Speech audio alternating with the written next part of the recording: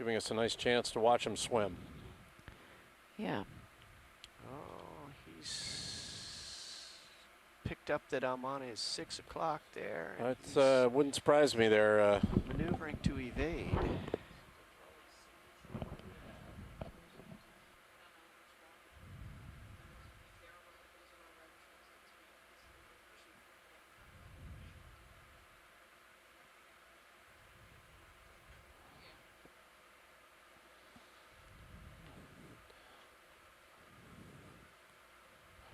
I'm always amazed by color in the deep sea. I mean, we're dealing with virtually a pitch black environment. Why that shrimp should be a bright red fascinates me. Well, they're bright red because that's the first color to disappear when you pass through the water column. Yeah, but I mean, is that a shrimp that spends much time in the photic zone, or? Not that I know of. I'm pretty Right, sure so- they're restricted to the deep. So I would be worried about that assumption simply because if it's never in the photic zone, why would it matter?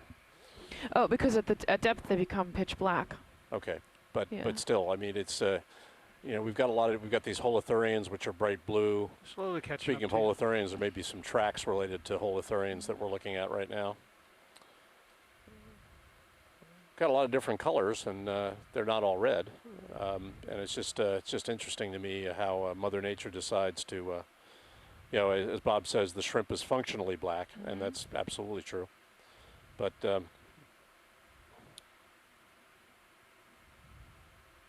And then Brian wanted to know if our patch of higher reflectivity and sonar is to the west.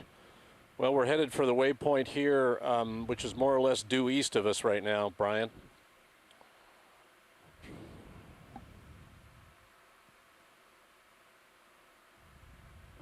And that's where we're going. So if you've got some other place you'd like to visit, you ought to let us know. The waypoints were generally laid out in a east-northeasterly direction. Looks like we have a heavy increase in pteropod shells. Lots of Yeah, pteropod got a shells. change in the seafloor here. There is no rippling.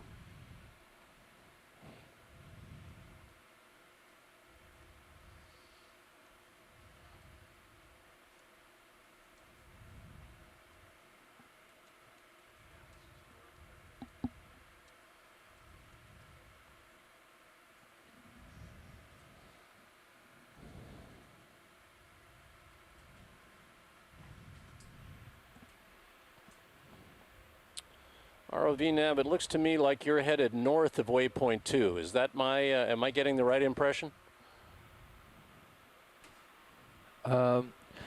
Tracking the ship is not usually right, and my USBL tracking's way off. Before they were down here. Yeah, So let's if the make sure they know that our waypoint's due east of their present position, even a little south of east. We'll get there.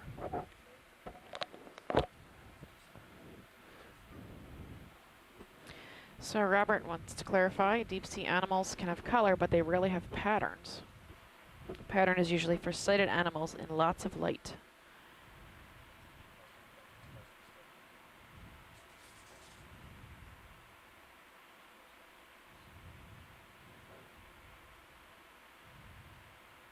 Stephanie, I was trying to remember back to some deep sea courses that I took way back when, and I seem to recall some professor talking about the energetics of pigment production and how reds may take less energy to make it. It has less to do with light. Watch lead, I'll let the utilization than USBL pigment production and settle out a energetic little and as to why things see in deep exactly water where they don't are. need to be This anything is other than red. This might Oh, I didn't know that. That would be the simplest thing to make energetically. Yeah, see, and I've never heard that, and that's great. And Bob's chiming in that they could have color, but they rarely have color patterns, because the patterns are useful for sighted animals in lots of light, but don't serve any purpose in the deep sea. All of that's good. Neither of which I knew. So that's and it's these are the kinds of things that I think the public out there likes to. You know, they see us operate in a pitch black, what is normally a pitch black environment, and see a bright red shrimp, and would wonder, as I do, as any layman would, why that's true. So these are the kinds of flows from our experts that help us transmit messages of interest to about the deep sea to the public at large, and that's all good. Ooh. Okay, Jamie. Rocks. There we go. So we're looking at a promontory, what I would call a promontory. Go ahead, Bridge. Look like scattered hard grounds here. Thank you. We want to slow down here and take a look around. So, co-pilot, Yes, sir. you're looking at darkness behind me. I'd And like there to were see others light that in were front of me. fleeing. Is there a rule and usual usually what Thank happens? you, sir. I'm sorry, I couldn't understand what you were saying. Could you repeat that? I was wondering how affected are the creatures that we see that are usually in the dark by the light of the ROV? Yeah, I don't know. I mean, and then on top of it, how many are we not seeing because they're afraid of the ROV or hear it coming? So, I mean, they have, obviously, if they have a sight, it's sensitive. Yeah, we get a variety of responses. We've had some crabs, for example, take a defensive posture when they perceive the ROV. Others, I don't think, even know that we're there. Yeah, we're in an area of more topography and hard ground, so I'd like to be able to slow down and zoom in on some of these hard grounds and look at biology if it's there. Here's some now. There's only 5 meters left in this ship move, so it'll settle out, and we'll get to hang out here for a little while. Brian, this would be an area that I would expect would have higher reflectivity. Are we in one of those patches now?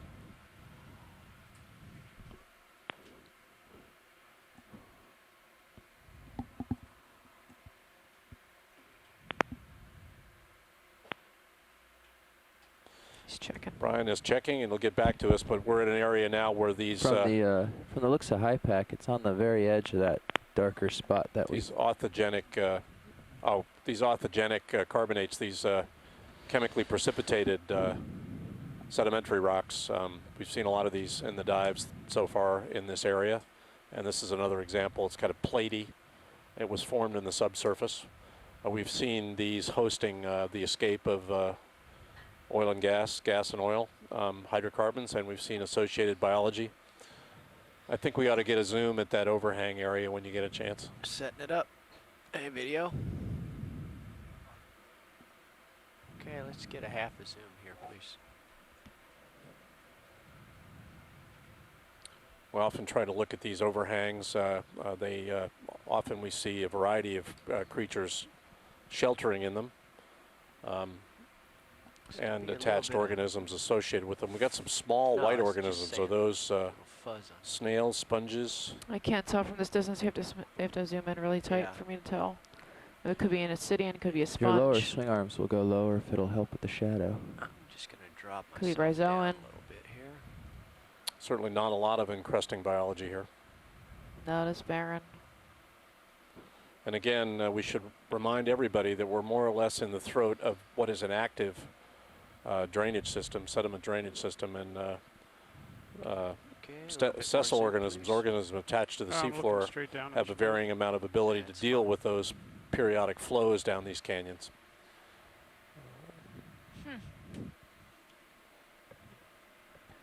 Yeah, we might want to get a zoom on the white organism to the left. Yeah, wondering if there's some fluid flow here. I'm just wondering if you have any needle gunning or something in the hull of the ship currently going on. Looks like there's a crab leg underneath the center part of this center screen. Yeah. There's come in some Possibly a squat lobster. Yeah, we got a question about whether this is staining. We've got a sediment dusting, the lighter color on the rock, the brownish yellow color. Bridge. Yeah. I think almost all of these chemical precipitated rocks are carbonates. Carbonates would often show a light yellow color.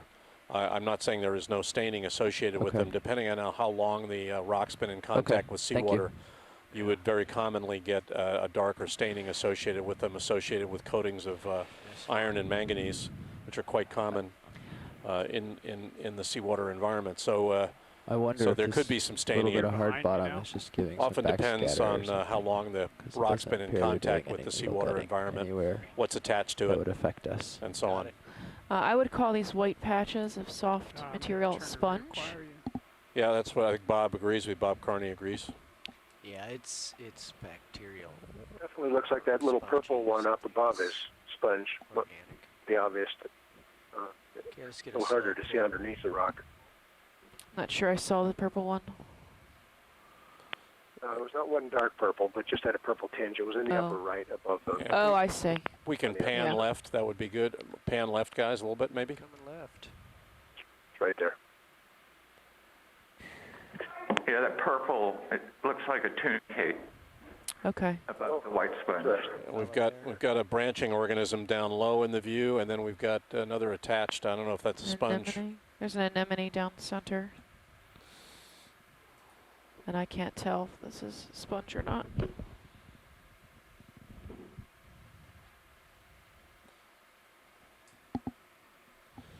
Okay, Yeah, let's come wide. So Brian tells us that we're in what the BOEM people talk about as a positive bottom anomaly, which they usually interpret as being associated with carbonate hard grounds, and I think we are getting a confirmation that such an anomaly exists here and is associated with these hard grounds. Thanks, Brian.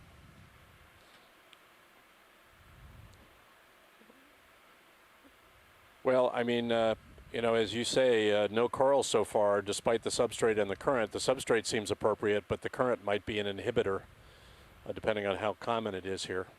But we're certainly looking at primarily barren seafloor at the moment. Evidence of, from a distance, looks like excavation. Certainly from the Sirius view, there's burrows here. Get a closer look. Attention. Chief Engineer Palazzolo, please dial the bridge. Some burrowing. Engineer Palazzolo, please dial 200. 3 or 4 holes. Yeah, we'll get a closer look at this outcrop too when we get set up.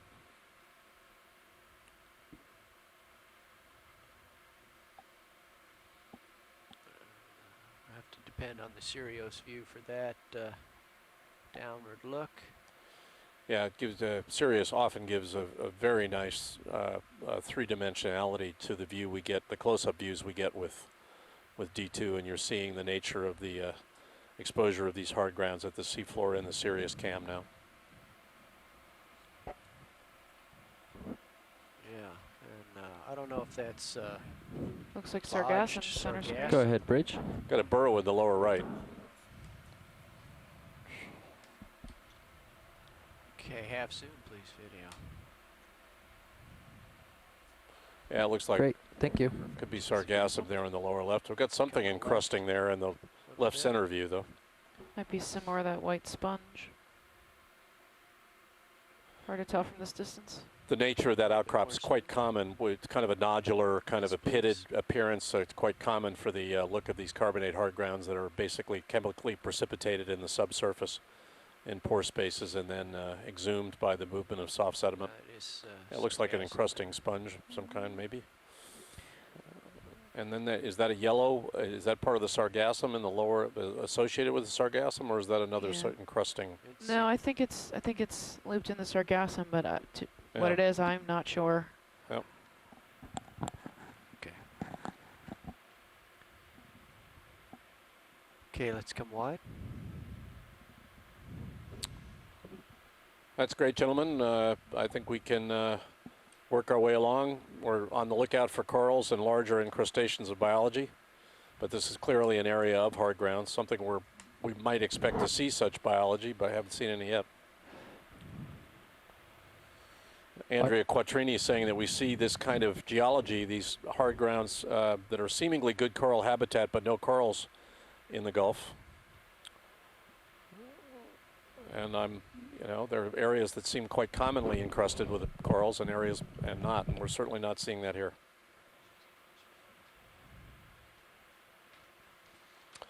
Stephanie is off to lunch, so I'm, to the detriment of all of you biologists, I am now on here by myself. I will do the best I can for you. Quick zoom, please, Ed. What is that? That looks suspiciously like, Divot. yeah, I don't know whether it's related to something man-made or something that. Okay, wide, please. I think you can see where it slid from. Yes. Yeah, it looks like it. What is? Take a look a little further to your left there. There's more something. Something up there and something. Yeah, I right got something in there. the center view and upper left we ought to take a look at, I'd say. Yeah, it's displaced sediment of some kind. Looks like it was pushed there. We got depressions in the seafloor. Wonder if this is fluke marks from cetaceans. Boy, somebody like Mike Vecchione would have to. They certainly do look like, you know, whale resting traces that I've seen elsewhere, like the Gulf of or like the Mediterranean. But I would not know. We're in a water There's depth a now of 2,165 meters. deeper one up here.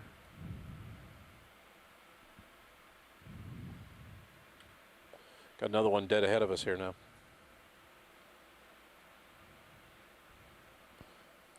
It's hard not to see that as being biologically motivated, but you know, there are organisms like beaked whales, mammals that actually come down and nestle on the seafloor, and that looks a lot like one. Although, let's get a zoom on the one of the underhangs there. Coming up. One of the prevailing hypotheses here is that the topography of Keathley Canyon is in part motivated by the seepage of supersaturated brine fluids from the underlying salts that are upwardly Several mobile white here objects. that form a lot of the topography in this part of the See Gulf. those too. Haven't seen any evidence for that yet, but Okay, let's get a little bit of zoom here. are please, getting a Ed. fair bit of topography. It's interesting. Just hold that right there and let me have a little look around here. Guys, if you could swing right and maybe look down the axis of this feature, it might be interesting.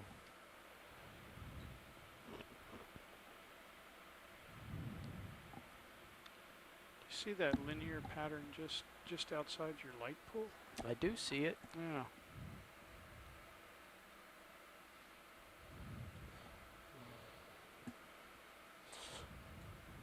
Yeah, I've got your point, Brian. We're moving in the general Start direction sonar. of north and northeast, and we'll look at some of these. Okay, wide please, video.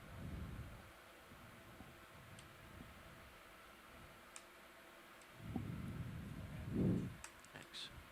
Go ahead, Bridge. Just come around this way and look Okay, sounds good. at this thing. Actually, as long as it's around the center of the A-frame. Thank you. Perfect.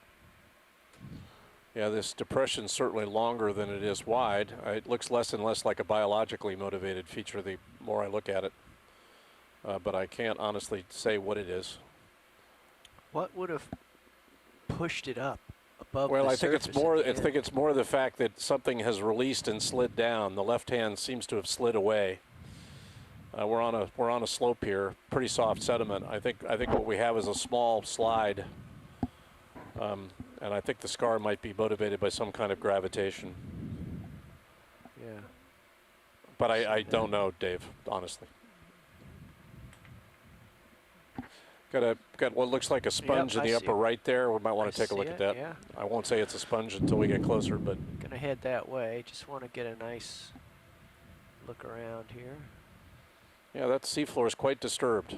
I don't offhand know. I mean, remember everybody that we're looking at an area that Yeah. where the expulsion of fluid and the expulsion of gas and oil does happen on a relatively regular basis. I'm not seeing any evidence for chemosynthetic community or Snap zoom. fluid escape there, but we should remember that it's an Hold. active geologic Who's that? environment.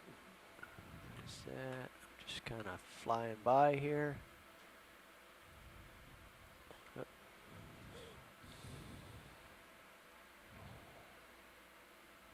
Nope. A little bit more zoom. I think it's a holothurian. It's Okay. Pianastes or Amniastes, according to Bill There he goes. Carney. There he, He has detected us. and he is off. Okay, we're just going to float with him for a sec. Quite beautiful organism in the water.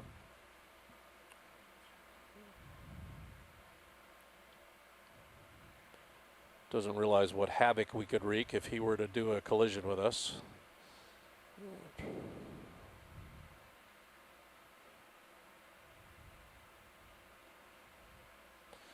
Mike Vecchione thinks you're doing nice work here of the Necton.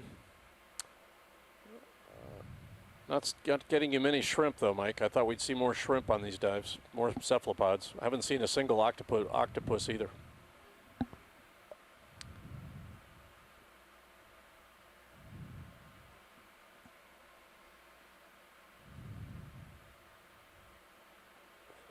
Okay, let's pull wide and push focus.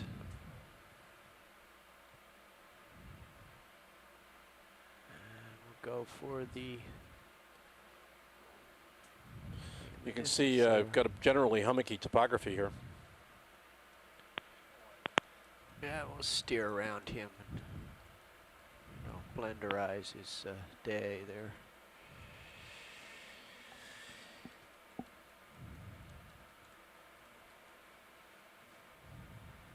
So that linear feature is just in your light. We're going to get a zoom on that. Can't see it in I think your it's a image. sponge here.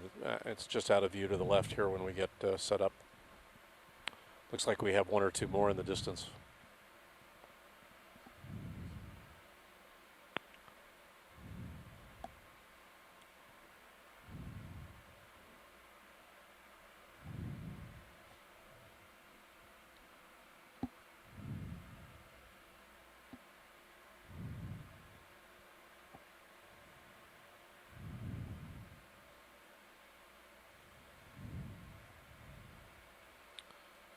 Got something in the lower right there too we want to take a look at.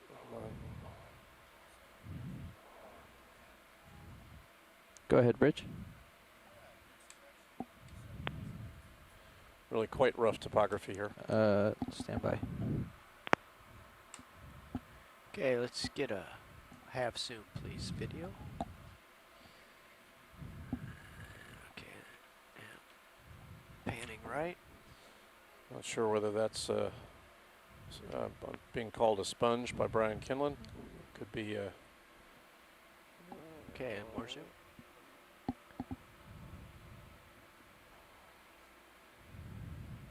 Panning right. Do have got a squat lobster underneath that overhang there.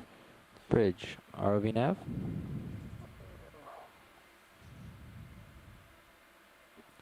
I'd say a good ditch direction would be due Okay, full south. zoom, please. You're welcome. Yeah, all the way in. So we got a close up here of a sponge and a squat lobster hiding beneath it there. There it is in the view.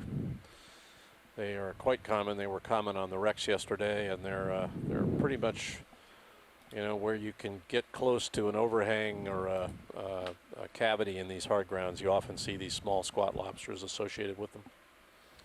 Occupy these niches. Okay, tilt up a bit.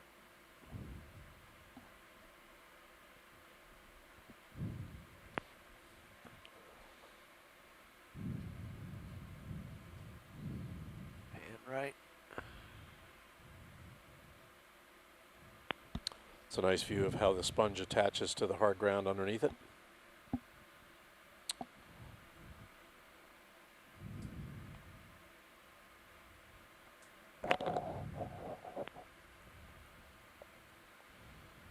We're ready anytime you are, guys. Pull wide.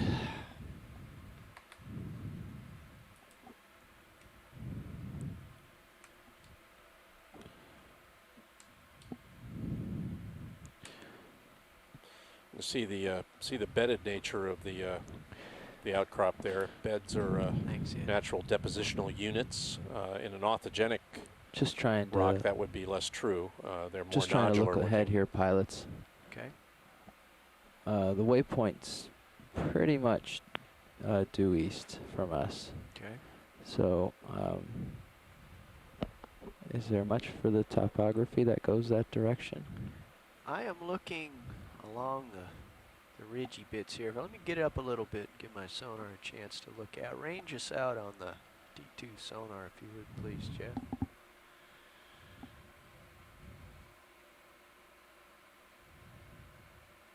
See what we see. Actually, I'd go to low frequency on that, so you can see a little bit further away. Yeah, we're certainly interested in looking at these hard targets. So there's nothing particularly magical about the waypoint. Thing white off to the left of the screen. There's more.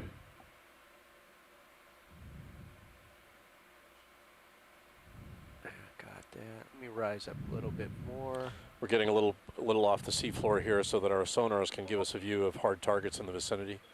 We certainly Got it. know you're interested in these hard targets, so we're looking for them. Expand the. Yeah, watch lead. So do we want to follow the topography or go towards waypoint 2? Great. The topography is in at what bearing? We're going to It's, find out. Just to my left here.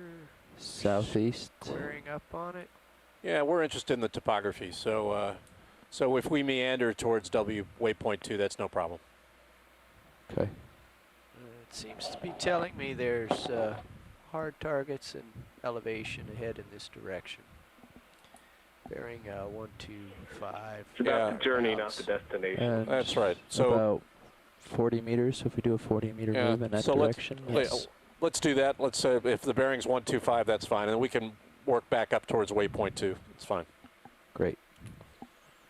Here's something interesting on the way over there.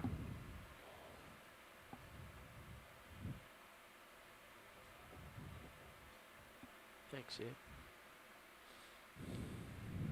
This is a little different here.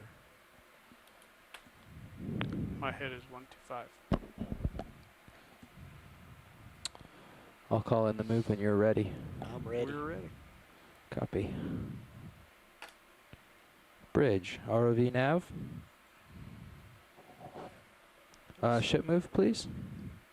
Can we do 40 meters? That's 40 at a bearing of 125 at a speed of 0.2 of a knot.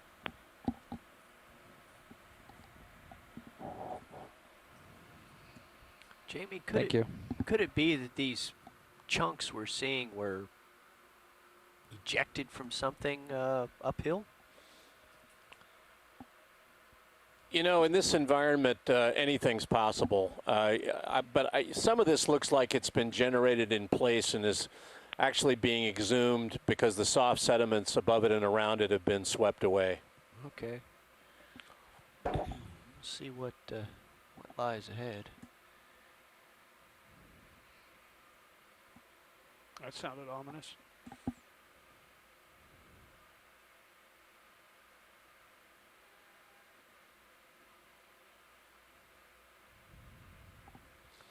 I'm pretty struck by how much opportunity there is here for encrusting organisms and how few have taken advantage of it.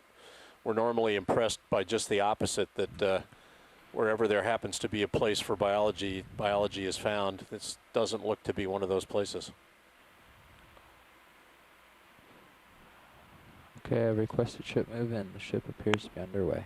The upper part of the eastern inner wall facing Keathley Canyon upslope from here was just covered with swimming crinoids the other day in about 1,750 meters of water. We haven't seen a single crinoid here yet. Get a quick zoom on that white thing that's at the lower part of the screen right now. Can we get a zoom? Let's see. I'm not sure. We're seeing a white. They're seeing a white object they'd like to get a zoom on. I thought I saw. Okay, I've got time here.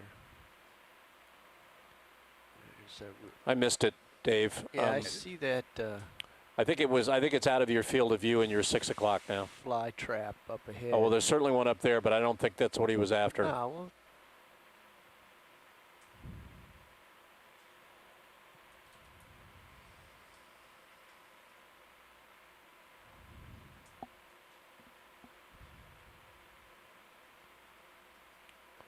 Mike points out that there's plenty of biology in the sediment. Absolutely true. I mean, we're talking about the larger sessile and crusting biology we can easily see with the D2. We're passing over a lot of what we call infaunus. Sediment hosts an enormous variety of material or organisms in the upper few centimeters, few inches of beneath the seafloor. That's where a lot of this burrowing is coming from, this modeled view of the flat seafloor we go over. It looks like a... we can zoom, Ed.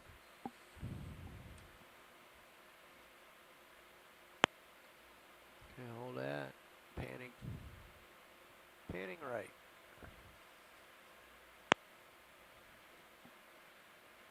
There she goes. A little more zoom. Tilting. Another sponge, I guess. That's what Brian says. It certainly looks like a sponge to me. And get a tighter zoom maybe if we can. A little bit more, Ed. And bump us over there. It's a different sponge than we've been seeing though. It's less encrusting. It looks like it's got a stalk. Yeah, just to reacquire.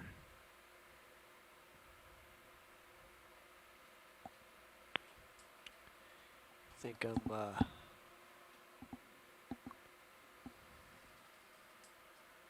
yeah, we can come back in.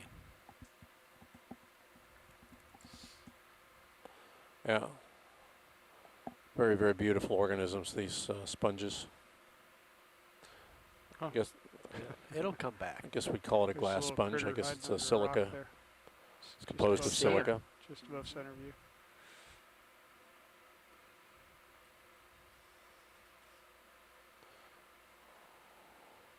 Silica is silica is an element. It's probably I'm starting to move, Dave. we're You've not got talking plenty about of the time, but I'm starting to elemental move. form of silicon here. That's We're good. talking I'm about silica, probably Way silicon down slope dioxide, from you, this something we call quartz when we hill encounter over it to in my the right that we came off in of the to go on this land. way.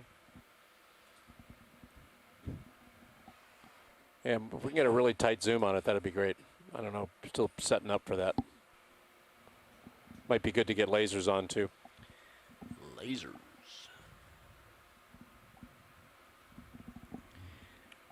Okay, I'd pull back for lasers. There we go. Lasers are 10 centimeters apart, so we're looking at a pretty small organism. It's always good to have the lasers because when we fill the organism in the field of view, everyone gets the impression the organisms are quite large. We have a capacity to zoom that is mind-boggling, and we can zoom in on very, very small organisms on the seafloor. So that's something Okay, that's let's pull wide. only maybe 3 inches across. That's good. Let's move on. You can see how hummocky and Yeah. go get hard the- ground prone this area is. There's a fly trap out here. Over this away.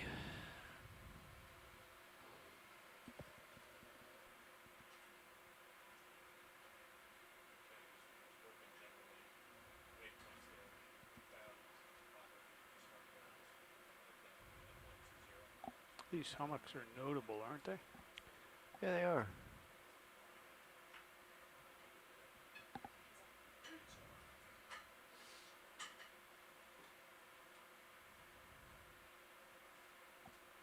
Well, it was there.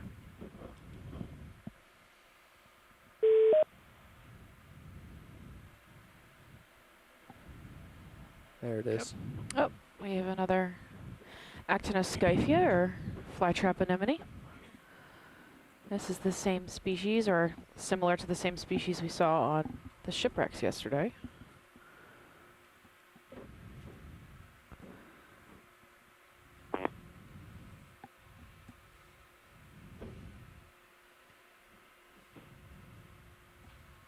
No, let Mary hear you say Actinoscypha. She thinks it's Hormathiides is the closest we can get as far as that goes. Family. Oh. Says that genus isn't in that family, but Actinoscyphia is not a hormathiid? flytrap anemone. What's that? I said Actinoscyphia is not in hormathiidae? Well, that's what she said the other day, and I found a couple different. Maybe the taxonomy's not worked out, but I went back and looked, and I found a reference or two that said it was, and one that said it wasn't, and maybe it's just more confused. All right, let's just stick with the common flytrap term then. It's got a half as Go, Bridge. please, Ed. Taxonomists love to confuse me, change things. Thank you.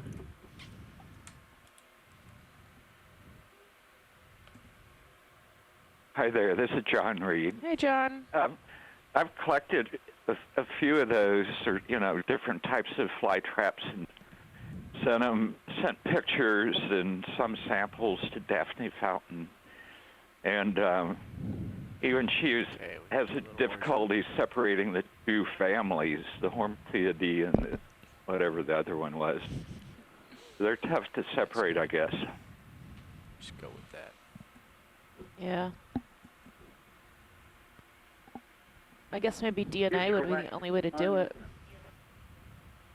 Yeah, we did collect the one from Monterey A last here, and it went to Pull back a little bit. Estefania Rodriguez Pirouette at around the sky American on the Museum of perch. Natural History, Pilot on catch. and she was Yeah, going see to try and do some genetic work on it, so we'll see. That's good right there. And they were able to keep that alive for a little while, the lab. All right. You got another general direction for topography for me to send you? I need to get out to the end of the tether. And co-pilot, let's put the sonar back on low frequency for D2. Stretch it out a little bit.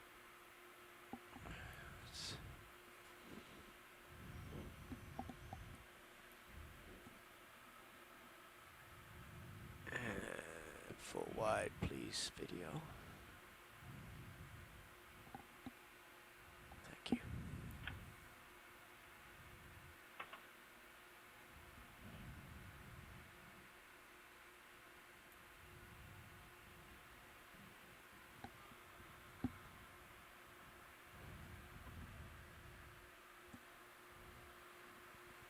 We have quite a bit of a slope here on this mound. There's certainly a slope around 120. Yeah, I gotta jump up here and have a look Maybe, around. actually, maybe a little more south than that. 125, 130, something like that.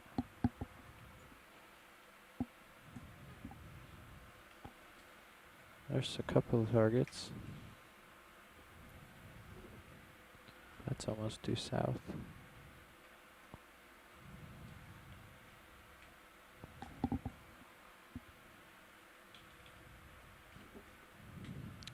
Yeah, I think we've come around it.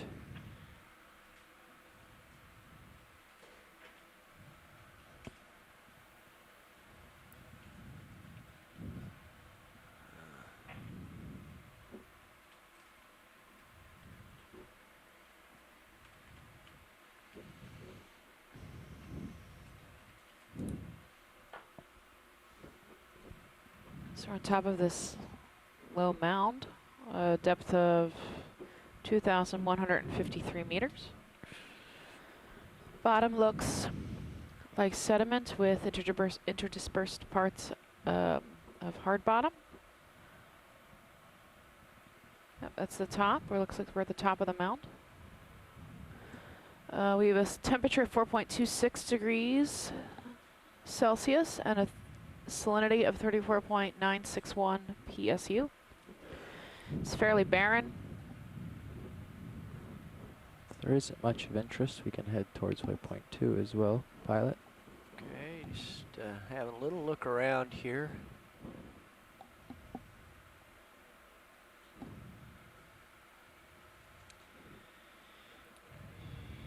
Sliding east.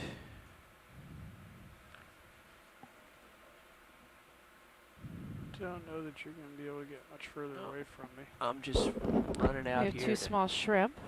see what I can, because I think, You can see the slope of this.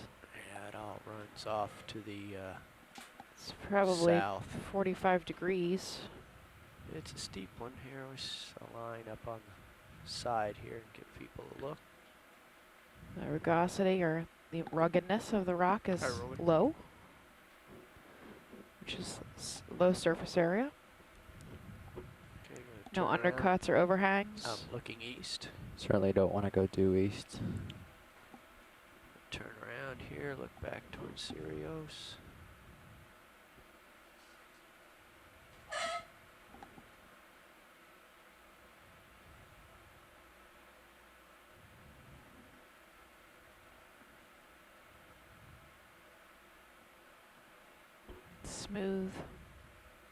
Smooth mound.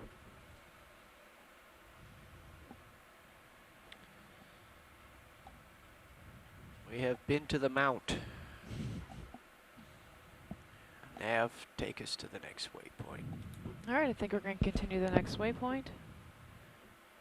At least head towards waypoint 2. It's about 112 meters away. Sled bearing to waypoint 2 is 066, so I'll probably call in a 065 move. Copy 065.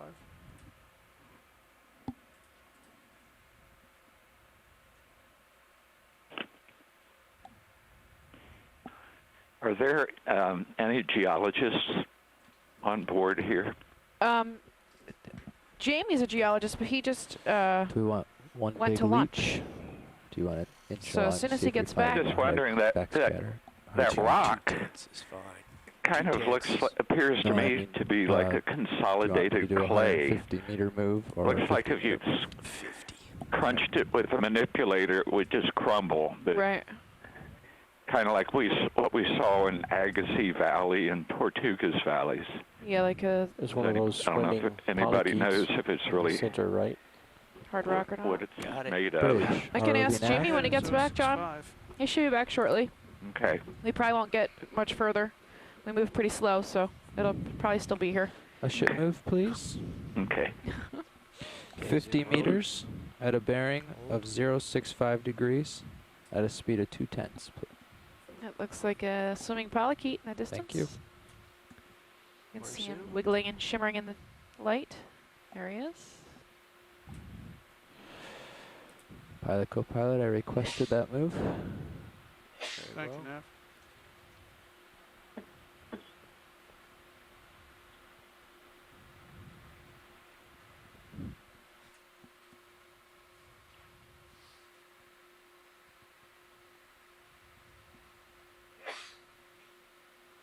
And away he goes. Did you guys look at that dark thing that's coming in upper screen, right? Straight line. I see it. I'll take that as a no. I see it now. Yeah, no, I was just wondering if you guys had already recorded. Hey, John, there was a question yesterday about whether or not fly traps are able to move, or if they're permanently stuck to the bottom. Do you know? Yeah, if you I heard that. I don't know.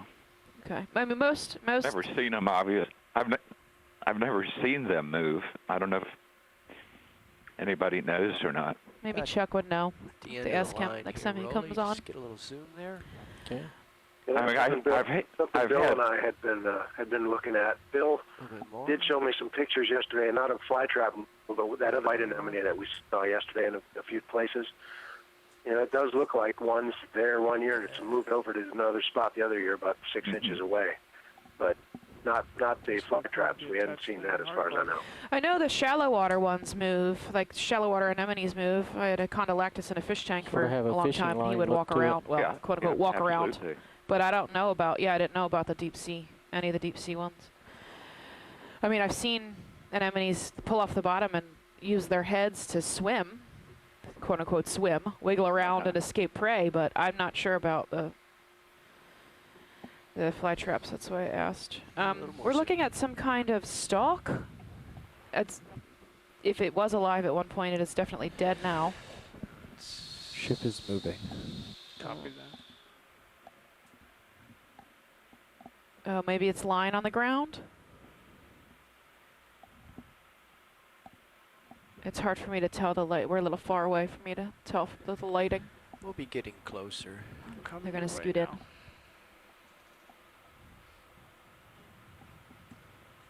Oh, we have a small shrimp in the lower right. He's swimming. Right in front of our lasers.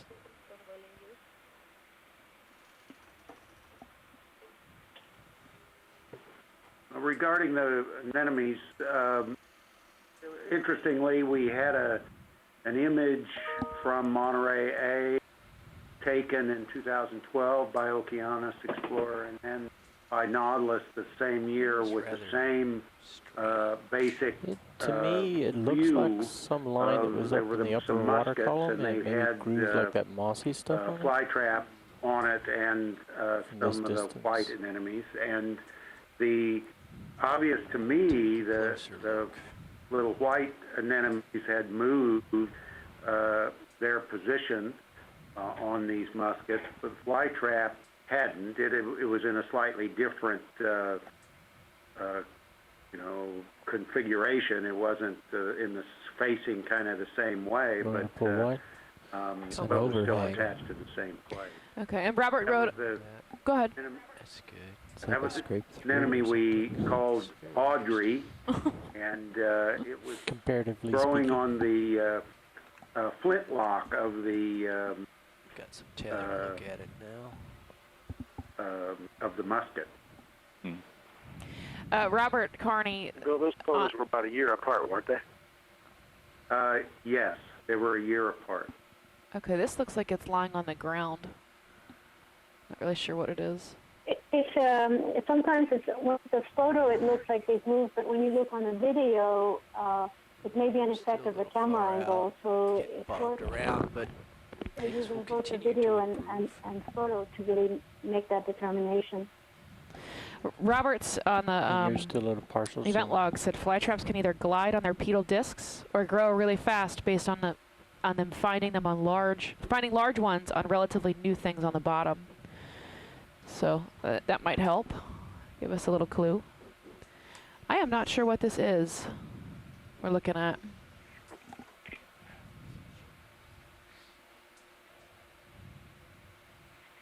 Does it continue off to the upper left there?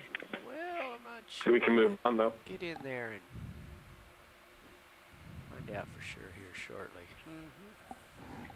I mean, it could be a mucus trail. Stain in the Could be sediment? it could be a stain. I'm not sure. It kind of like fades out Detritus. on the right. Could be detritus. Could be. Does sort of Bacterial. be flowing at the bottom, doesn't it? It seems to be moving now. I think our imaginations are making It is moving. this move. See how it's bending. Oh, Nicky, you're in to Maybe it is. Columbus, is it? Yeah, that one end is definitely moving. Yeah, I think our Let me see at the bottom thrusters tip. might be blowing Geez, it. Dave, that makes me want to look uphill from right there. Oh no. No, it looks. I'm starting to think algae encrusted line of some sort, like Rolly originally suggested. One of our pilots suggested I guess cyanobacteria encrusted on a line. Getting closer. I got lots of zoom left. I mean, if it was Kind of light. cyanobacteria, I'm sure it's not living.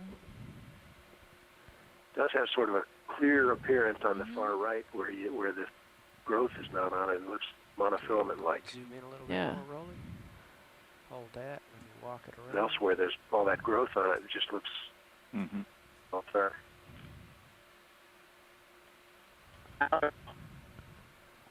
Weird. I think it's just abandoned mucus. Oh, it's coming out of a tube In the middle of hole. the screen. There's a hole in the bottom right. So maybe it's a worm feeding appendages and it's caught stuff? You see it in whole new light. Or it's just caught in there. It's hard to tell. Hold. It Yep, like mucus coming out. It comes out of there.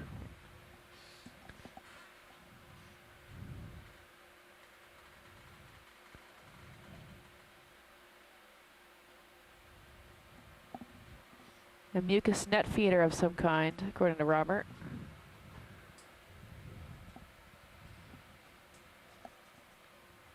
Some infauna. Unidentified infauna. Gonna walk to my left. Can we look over to the left at where there was a darker patch on it? Yep, they're going there now. I got more zoom if you want it. I can't stabilize to make Copy. use of it.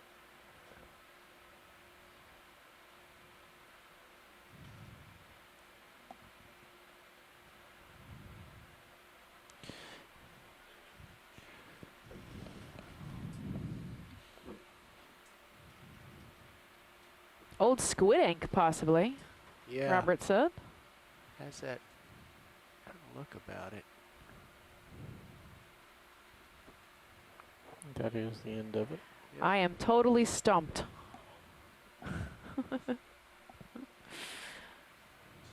I think everybody is totally stumped. Look back inside the hole. Yeah, headed there.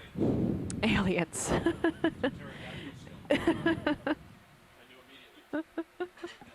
We must be doing something right. Nobody knows what this is. Yeah, we are totally stumped. So theory is possibly old squid ink. It looks like it might be coming out of this hole. It's right, slight to the right. So it might be a mucus feeder of some kind. Yeah, I'm back from lunch. It's always the possibility that is something in the subsurface related to escape of gas, oil mixed with some kind of a biological, perhaps mucus, no idea. But if it's escaping from the subsurface, I'm always tempted to assign it some kind of a hydrocarbon. Is it coming out of there, right there? Is that really a hole? Or Not is that sure. just- Oh, it's hung up. Oh, it's hung up. Oh, You're in proboscis. Come Like wide. you're in proboscis looks something like that when some of them do anyway when they come out. Huh. And they can retract them when they need to. Well, there you go. It does look like it's coming from that spot, though, doesn't it? Well, it's hung up on that spot. Yeah, stuck on the rock maybe. It draped around that because there was a piece to the right of it when we approached, and now it has been blown to the left. I think it's aliens. That's When in doubt, yeah, I think it's aliens. call I mean, Ancient Aliens. I don't. If the Whatever's public that is listening to crust me thing, it's right now, alive. that's absolutely not true. It's all moving down. It's really thin. When you come back from Ow. lunch and you It's see come everybody loose. stumped by something, then you know this is what you're tempted to. Yeah, it's definitely disengaged now. There It it appears to be goes. floating away. My money's I think on I'm. squid ink. I think I'm going to root for squid ink. Yep. There you squid go. ink. Boy, you leave the room for a few minutes, it's go time eat to some find the pizza, and squirrel. you come back and. All right. John had a question for you, and it was regarding the rocks or the hard bottom we have. John, are you listening? You want to chime in and ask Jamie your question? Okay. A little bit of a left turn, Dave. And then, Yeah, I was just Wide, this please, exposed what appears to be hard You are full bottom wide. little outcrops. It appears to me to be like consolidated clay rather than really hard Oh, carbonate. What's your feeling? well, I think we've been calling these hard grounds because the samples that have been collected are calcium carbonate prone, but they would not be hard, very hard material. You're right. I mean, it would be, if they're chemically precipitated in place, you would see some carbonate cement, but it would be cementing the local sediment. So you're absolutely right. They wouldn't be hard. If you put a hammer on it, it would disintegrate pretty quickly. Okay. But I think the cement is calcium carbonate, and so I think generally they're calling them carbonate hard grounds. But the term hard ground can be crusty, they can be platy. We've seen that evidence. They're nodular looking, but in terms of the degree of lithification, they're not very hard. 5. Okay. Another purple Down swimming sharply, yeah, holothurian. You have time. I think benthothuria is what we called this yesterday. Am I wrong?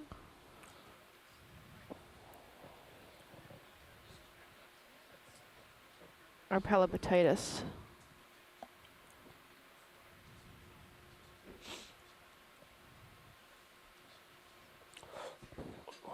Now, see, that organism is very blue. So we were talking about color earlier, and we were talking about red and how energetically red might be favored. But there is an organism that has decided that blue is the way to go, and a beautiful blue at that.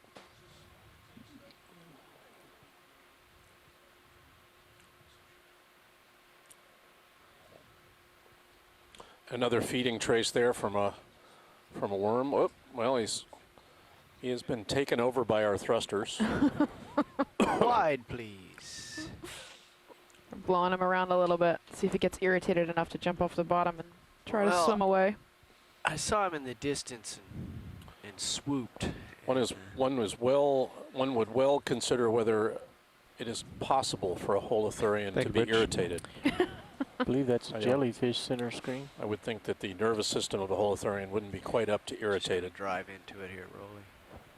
And then I'll be handing off to my... We're in the middle of a pilot change here.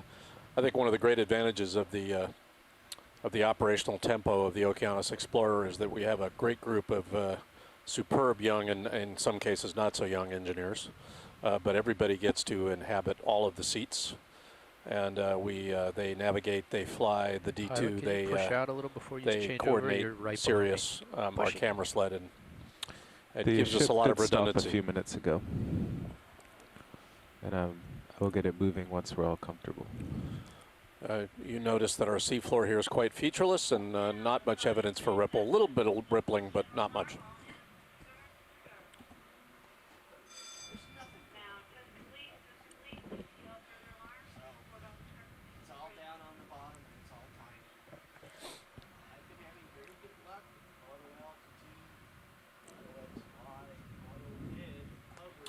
We are making our way in a meandering fashion towards our waypoint, which is generally east of our present position, but we've been following evidence for hard targets as we go.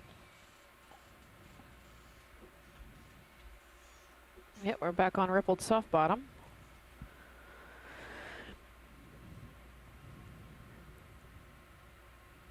Welcome, Your pilot. depth is Co-pilot, 2,163 meters. Video? Hey, video.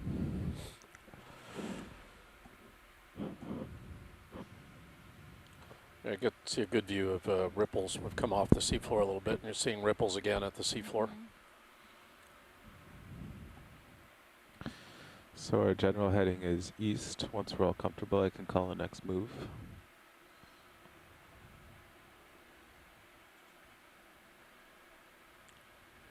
Co-pilot's happy. Got good delta. Looking out.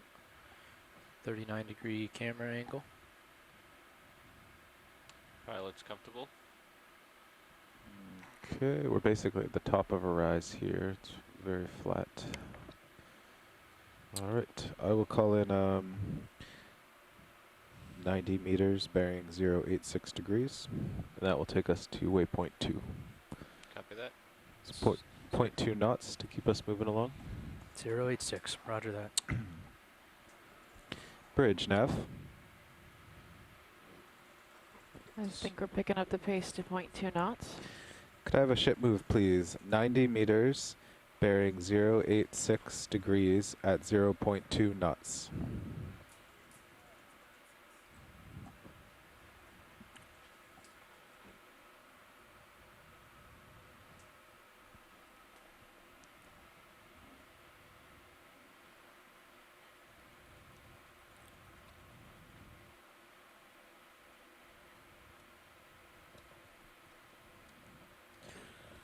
Turn your gain down a little, increase your contrast, just to see if it was just blown out there a minute ago. They had the gain really cranked. Now on the sonar. Yeah, T2 sonar. Copy. Looks like some more sargassum on the seafloor there.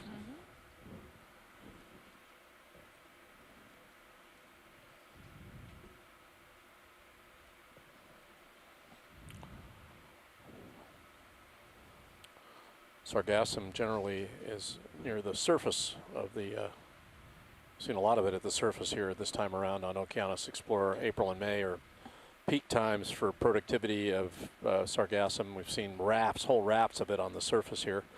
Some of it ends up on the seafloor as well, and we've seen whole clumps of it moving along the bottom upslope in Keathley Canyon. I was actually expecting more here than we're seeing. Since we're lower down the slope. I'm not sure that everyone is getting high pack, but we've zoomed out on our navigation Tripod display fish right now, and you can enemy. see that we're in a natural amphitheater, kind of a deep part of Keathley Canyon surrounded by higher walls, and we're crossing one of these amphitheaters in deeper water towards the northeast edge of it. That will be towards the end of the dive today. The idea, the initial thought coming in was that we would be Lasers seeing off. ample Video evidence coming for partial. Machine. coral Center it habitat up. here in deeper water. We have not seen that yet. We're nowhere near done with the dive. But Partial. we haven't seen much in the way of deep corals here yet. I'm going to come around inside.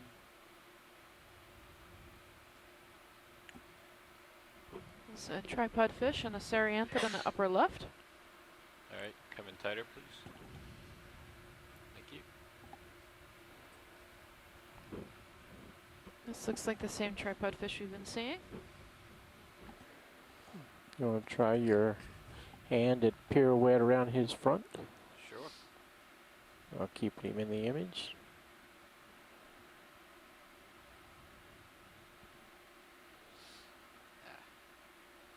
Not easy to do zoomed in. Yep, that's just help hone those piloting skills.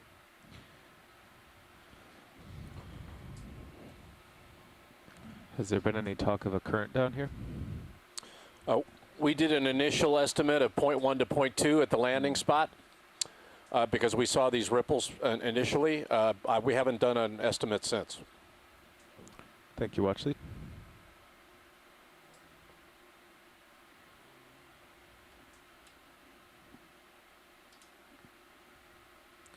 I'm going to take your mini Zeus and point it down at the front edge. Give you an idea. I think you're dragging your toes at this point as you're Oh, yeah. Waiting patiently for a meal. See how I'd say tiny that's their eyes are. excellent work. If you look closely at their Come on faces. out. Beautiful. Beauty. I don't know much Just about close. tripod fish. I don't think I hit though. They're pretty cool to look at though. I'm always amazed at how patient some of these these in quote ambush feeders are. They'll just sit there and must sit a while, but they're obviously in a low energy environment. They're not moving. Obviously helps to conserve energy if they're a long time between meals. Heading is 0. And the cold temperature lowers their metabolism as well. Right. 086, 0.2 knots.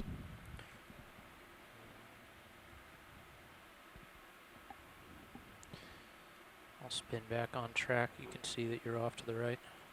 All right, I'll come forward and do a pass in front.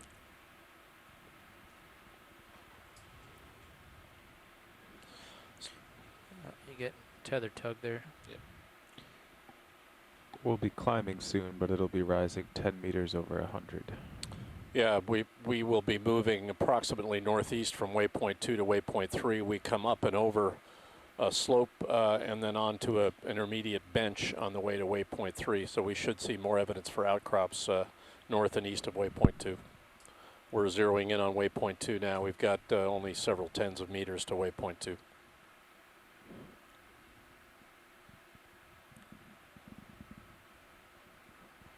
There's some more sargassum on the ground. Good view of the from D2 now of these ripples, these the sinuous crests of these ripples.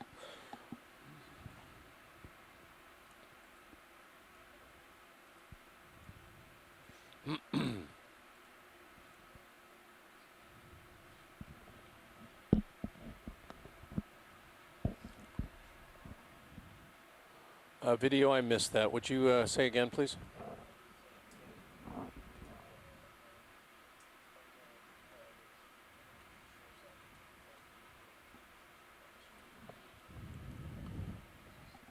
And what's going out on stream Big 3 fish now? right now. Quad split. Roger that. We have a query from our video engineer, Roland, to let us know if you would like to see something on your screens We got that this guy earlier. on stream side 3 on, that you're so not this would be seeing really right now. good We're if we sending get out a this guy quad split. straight on. Let us know He's got whether some very, you would like something else. Just saw a fish there in the middle distance, but he didn't like us, so he's gone. Very sharp teeth in the front. And we'll send it to you. I gather That's a streams 1 and 2 hollow now are D2 Did and he go, or Sirius. did he just make a lot of dust? That's what it looks like from here. I didn't see him leave.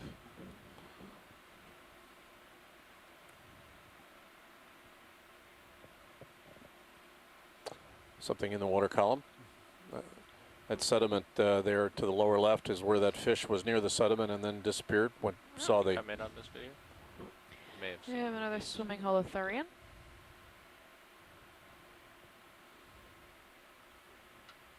He's full. Well, and Just as Bob picking it up Carney in the said, they mini Zeus. periodically go down to the sediment and fill up with detritus, and some of which is organically useful to them. and then head back out again.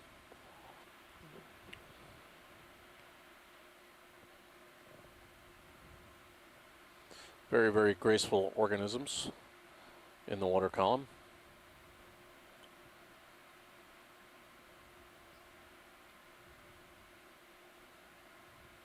Pulling out.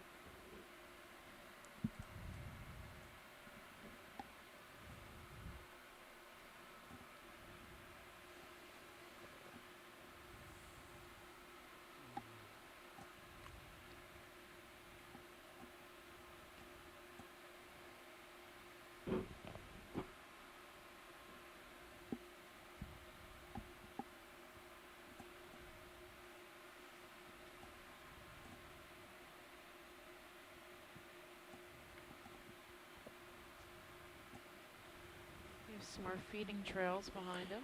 Co-pilot permission to zoom on the sediment. Sirius. Zoom it will. Center you up. Since we've got this guy so close in to the vehicle.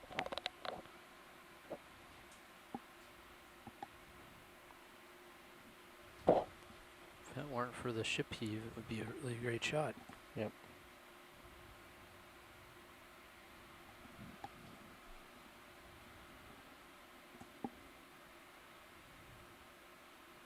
Let's see if he'll land on the bottom.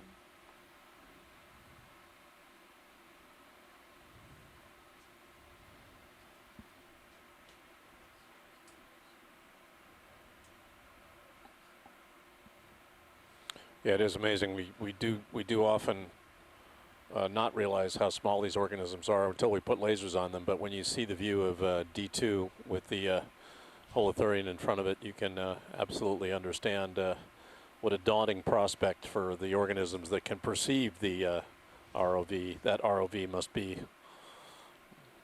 talk about aliens. Right. That's an alien invader if I've ever seen one, the D2. He's swimming up. We can keep going, guys, anytime. I think we need to cover a little ground here. I want to get up and on this slope and on the way to waypoint 3.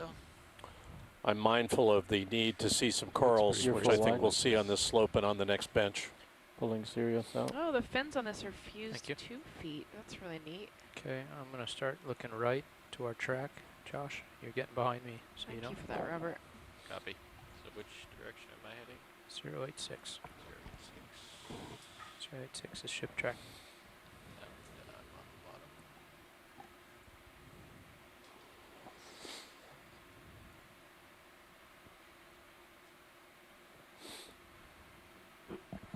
Seafloor since the beginning of the dive has mostly been this rippled seafloor. We've seen some evidence for hard ground, some evidence for rougher, more hummocky topography, but this has been the primary seafloor we've seen in the last 3 or 4 hours. 3 hours. Co-pilot centered on ship track.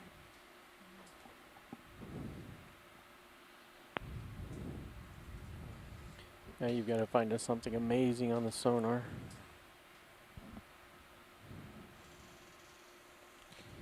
The ROV is about 30 meters from waypoint 2. Copy that now.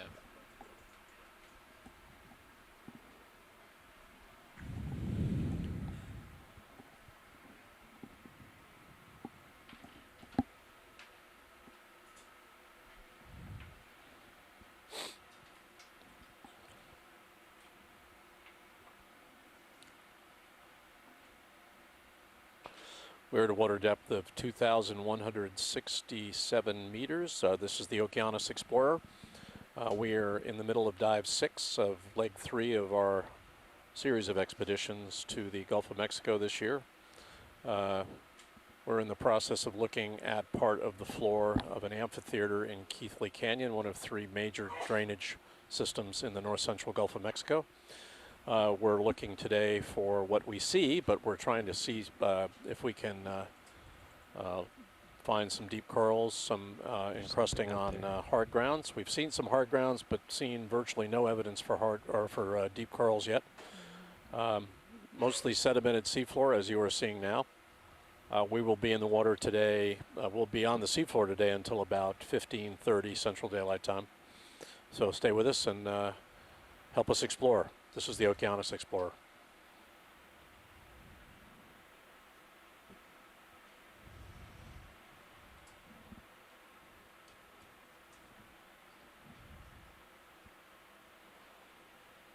Some sort of mound 22 meters ahead of you.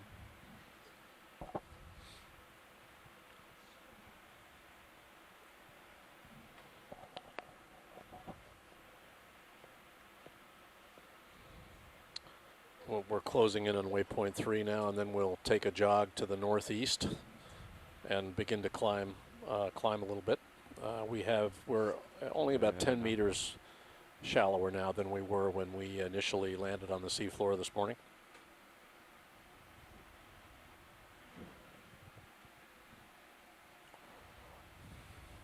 Want me to follow you over there?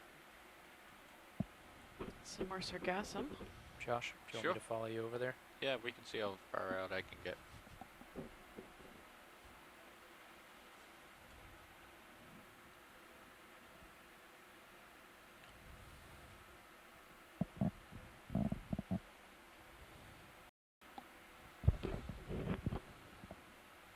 Alright, there's 45 degrees off track. Pretty much out at the end of your tether. We're close to waypoint 2.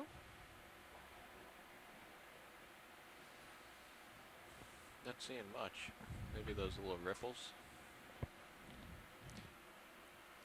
Still pretty far out. Yeah. If you pan right, gentlemen, I saw a scar out there I'd just like to take a closer look at.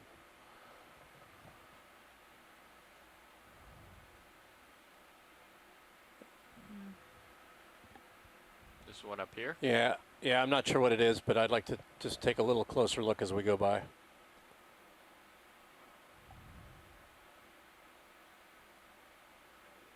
I can snap it from here since you're at the end of your tether. We're heading that direction, so. Yeah, I don't want to change our course overall, but I don't think it's much. It's a disturbance that's it's breaking the continuity of these ripples. Biotubation of some kind, I would assume. I don't know. It's You can try see what we can get from here. Video. Copy. Yep. Yeah, I guess it's is it more sargassum on the hollow there?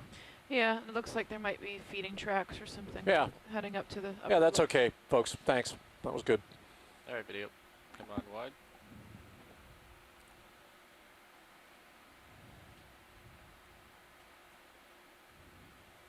More or less barren.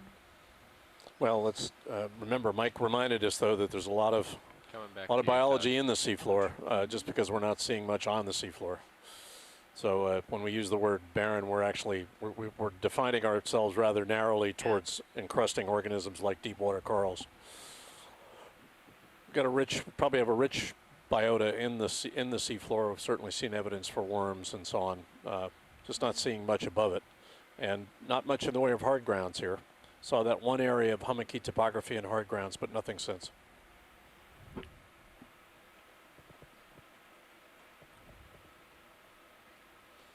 Just about on top of waypoint 3 now, and then we'll head to the northeast, or waypoint 2, excuse me, and then we'll head northeast to waypoint 3 and begin to climb a slope.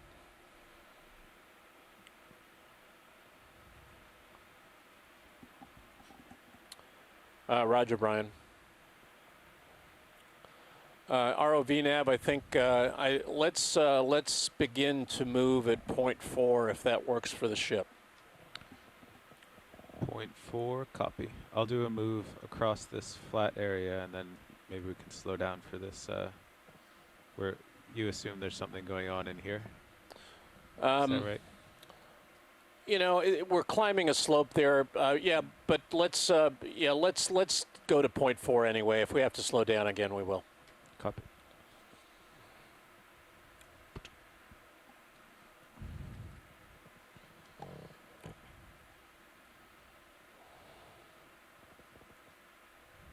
Pushing ahead. Roger.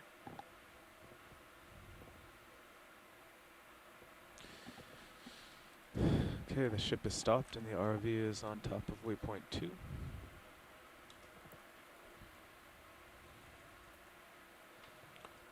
Yeah, ROV nav, we can just keep going.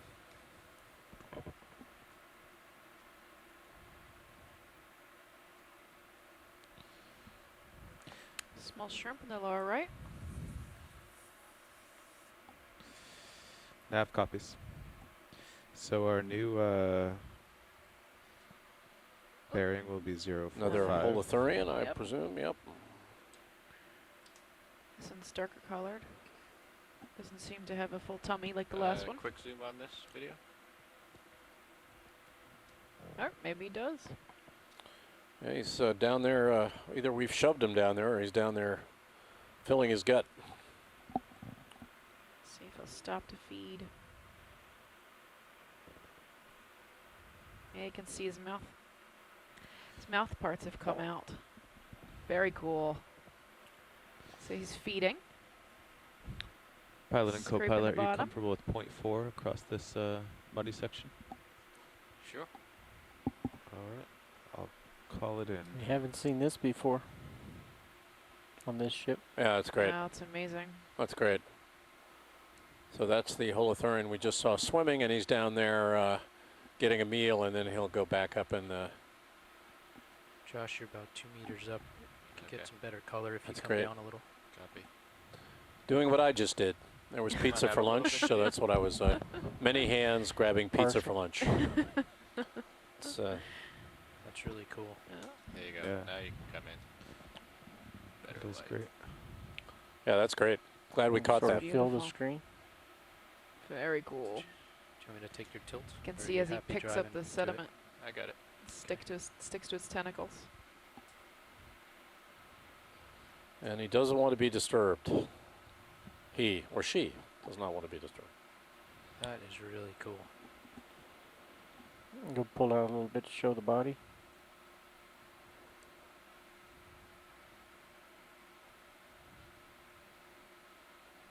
How does the view look from Sirius? This shot. Next to see it I like transferring how they unroll sediments. after they're done. Can you see it?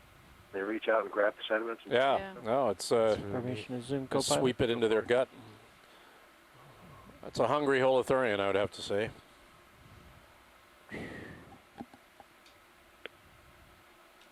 So what is on the sediment that he or she eats?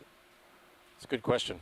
I am not an authority on Holothurian nutrition. My guess is it's something that's got organic material associated with Yeah. it. I doubt he's putting pteropod shells into his gut, but there might be shell as part of that. I don't know. They're using a mucus or some kind of a sticky substance to grab what they can grab, and there must be method to their madness on what they take up.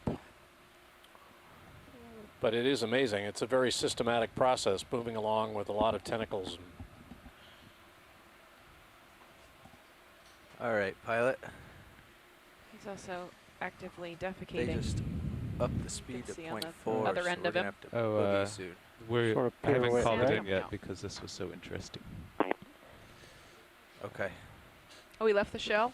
All right. So But I one of the think video we're guys about noticed he done, left a so shell I'll on the call it in ground. before I turn over. He purposely went around it. Yeah. So all these fecal strings look similar. Okay, I'll call on the move, and then you'll have a minute or two. Exactly. he's done. Oh, there he goes. And He's done. He's gone. Bridge, Nav. Pulling out. That was so cool. That was great. We got that. Wonderful. Thank you so much. You're welcome. Fantastic. It's partial. Well, Brian, they're not corals, but that may be as good Sounds as it gets loud for you. down here. That We'd was like a move fantastic work right there, 50 by the way. meters, 50, Sure, I don't have bearing to say that. but it's still 045 up. Before he runs degrees. into you. At Your full line. 045 degrees. Coming And right at me. the speed we'd like to up to 0.4 knots. You can see Sirius's thrust, or So the Robert thrusters said of since, D2. since the detritus acts as ballast, these animals must be superb at buoyancy regulation. Yeah. Okay, Yeah. the move's called in. It's about time to line up on 045. Coming around. Directly over Looking 080. D2 now in Sirius. Come around as you. That tether connecting D2 and Sirius, we don't like to get any kind of complexity in that tether. We like to keep some slack in it, but we don't like loops in it. So one of the jobs of the Sirius pilot is to be looking at that tether and All making right. sure that tether and 045. D2 have a nice connection, but not a loose Copy that, connection. 045. Okay, gonna pull out on Sirius a little bit. Co-pilot. Come on out.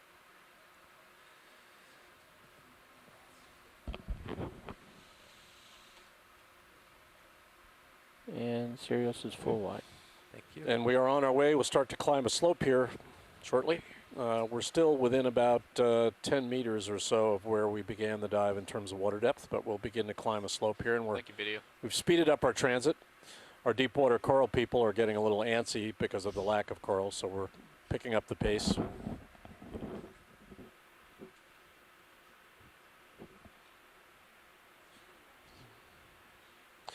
It's worth saying that although 0.4 miles an hour, give or take, is not fast, it's pretty fast where an ROV is concerned. We want the time to be able to slow down and see what we're seeing, zoom in, get you close-up videos, and 0.4 is pretty quick. So if we run into things interesting, we'll have to slow down and stop the vessel. That's 25 degrees on my camera. Copy. So I'm all the way out. Yep. Take a look around.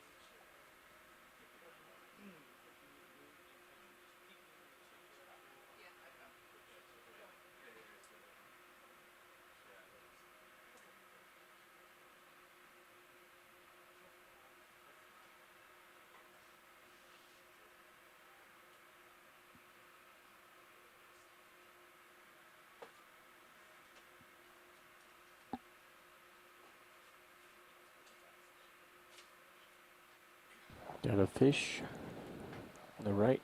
Yeah, I'm getting I think you're getting tugged, yeah. Yeah, John, I can. The temperature right now is 4.27 degrees Celsius.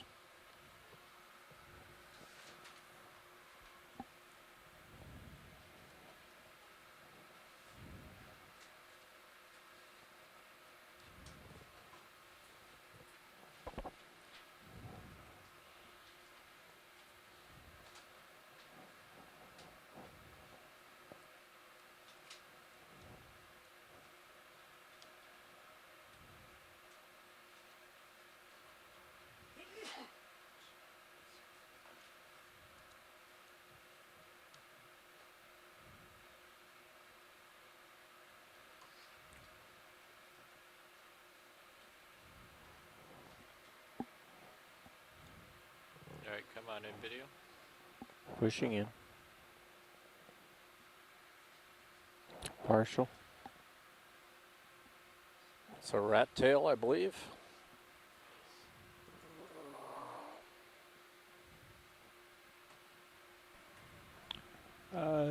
Gentlemen, sees this the ship shrimp. move is almost complete.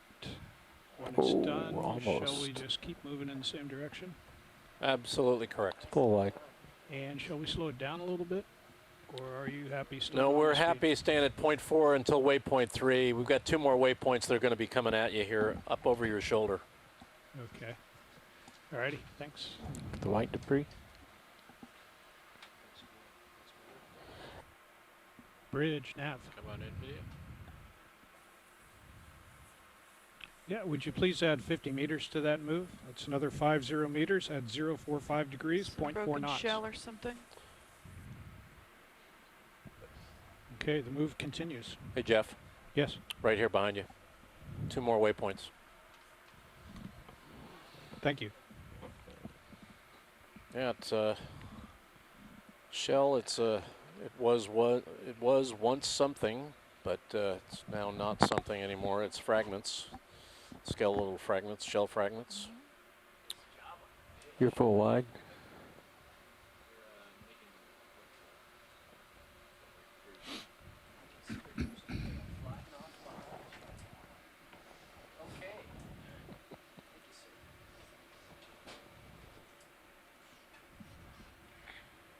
Getting a little pilot change going here. This happens, so they keep rotating. It's a tough job piloting these vehicles. It takes a lot of concentration, and people need breaks, and that's what we do periodically. Give them breaks.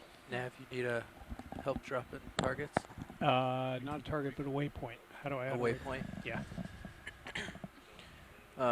What form did they give it to you? Degrees, decimal degrees. Okay. If you go, you can drop a target any old place. Yep. Go into properties. Okay. Oh, and just turn it into a waypoint. And just change the...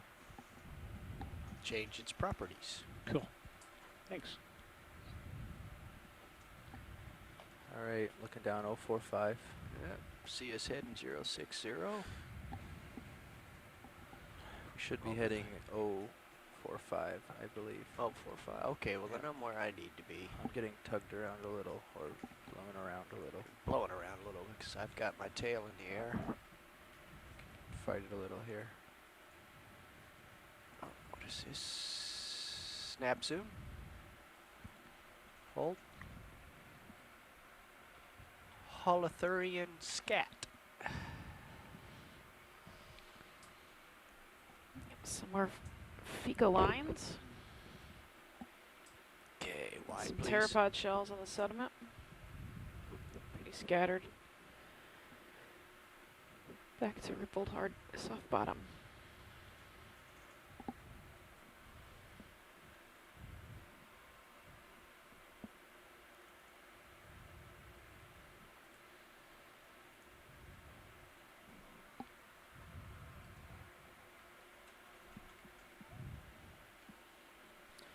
Puppy Maybe. off over here for a second. Think there's a Don't, fish bother dead the ahead phone. of your current direction, Dave.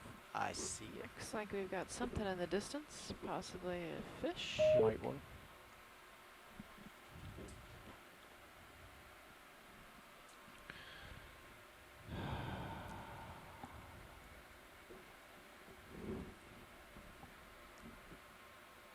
If you have the tether, and this is a similar one we did earlier today, pirouetting around his left would be You think he's going nice. to cooperate for that? Is it in the wrong format, Jeff? Yeah. Depends on the distance. If that other page where Maybe the a cutthroat eel? computer is Yep. your gray. Snap from here. High pack left. Looks like Yep. he's got very large teeth. Should be up from there. it's coming Yeah, there from it is. here. Very sharp teeth. Tilting down a little, Dave. I'm at 050. Yeah. Is this shrimp One on the more right? zoom, please roll. Okay, let's hold that. Partial. Let's see if we can't sneak up on him here.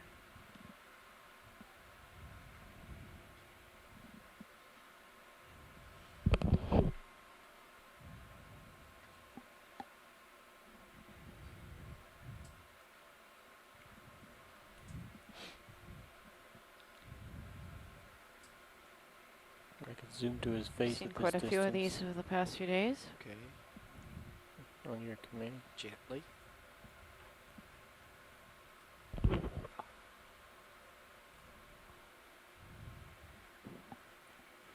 And then, are you doing calculation Oops. or do you want There he goes. Okay, because you can just copy paste too. Oh no, it's written down in hand. Never mind.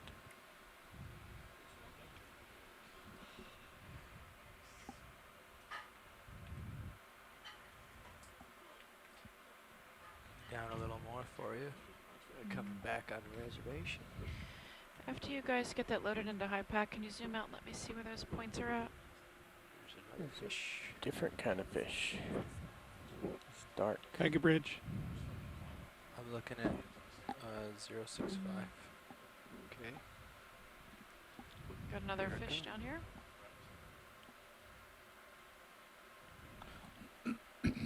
Looks like your drawer is out. Oh no, it's not. Guys, okay to keep this moving? Yeah, we're good. Okay.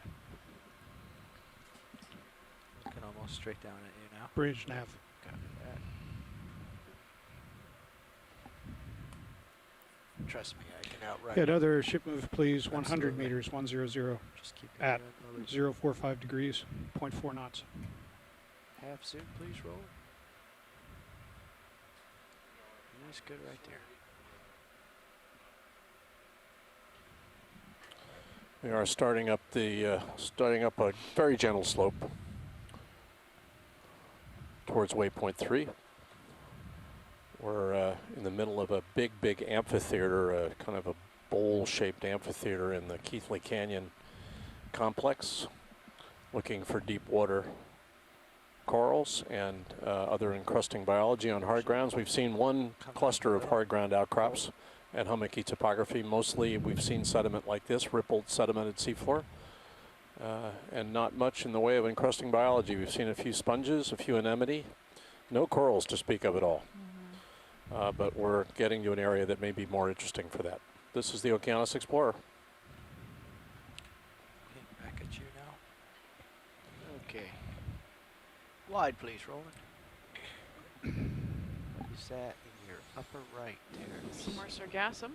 Yeah, that's what that is. Got some more pronounced ripples again here. Certainly evidence more persistently of currents sweeping the seafloor here than on our dive further up the canyon, where on the soft sedimented part of the main channel of Keathley we didn't see any evidence for ripples at all.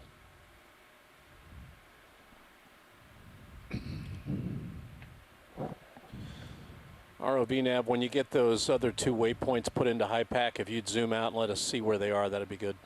Copy that, watching.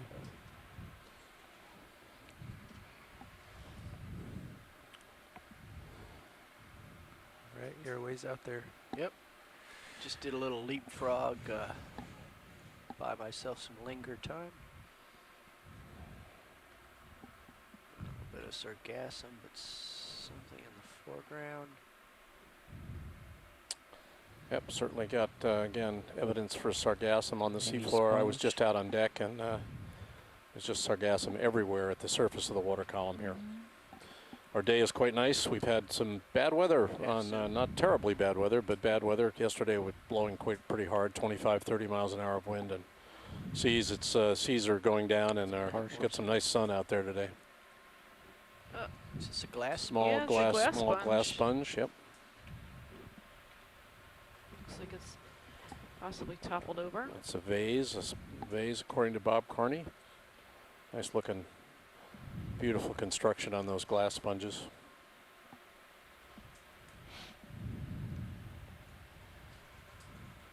A little more zoom. That's good.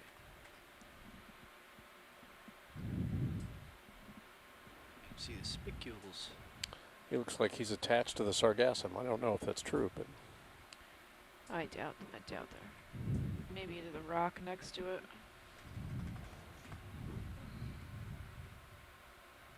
They're pretty fragile.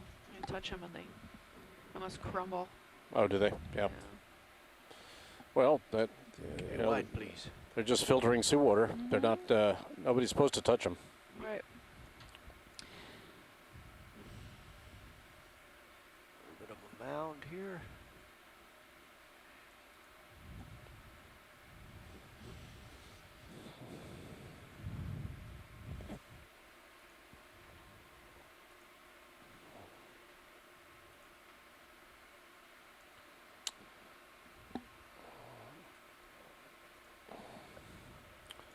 Yeah, that's great, ROV nav. Thank you. Got the picture there, Jim? Brian, if you're looking, can you look at your feed 3 and just take a quick peek at our waypoints 4 and 5 to make sure we got them in the right spots. It went from your IM to my paperwork to the nav, so I just want to make sure they look like they're on the right area. Yeah, we're going to be working our way northeast to waypoint 3, and then working our way back southeast, and then east up the wall, the eastern wall of this amphitheater, and again looking for hard grounds and associated deep water corals. It's one of the reasons we decided to pick up the pace a little bit so that we could cover a little more ground here.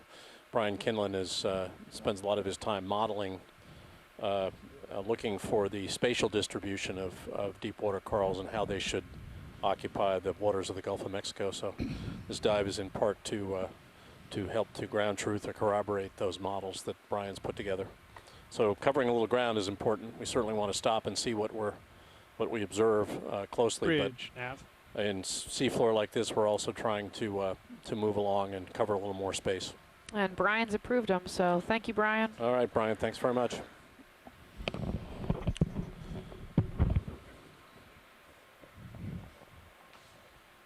Bridge, RV nav. Coming up a little as you go. Yep, terrain is rising.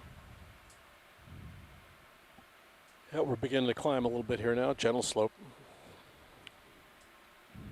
Guys happy with the speed? Yeah, it's fine. Okay. Oh, we have a stock on the right. I see it. I will stalk it. Bridge, ROV nav.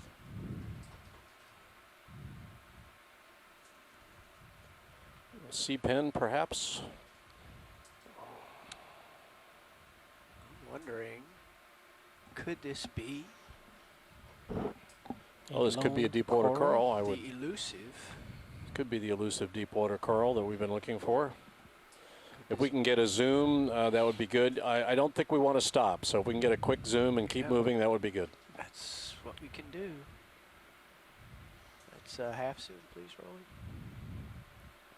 Do we have a bamboo? Partial. Is that a bamboo coral? Chime in Bridge, from the nav. beach. Unbranched bamboo, maybe. Not so sure now. I don't know if it's a bamboo want coral. next Bob zoom? Carney suggests that it is, but he's not sure. Sorry about the dust. The downside of moving along at a good clip is there's a limit to how long we can stay in one spot here. Okay, some more zoom, please.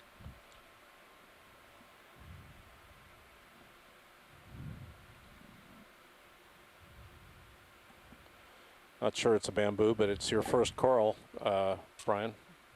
Sorry about this. I blew in here pretty fast. Well, we understand looking that, down on you, Dave. dude. So Yep. Gotta go. okay, Bridge, let's keep ROV going. nav.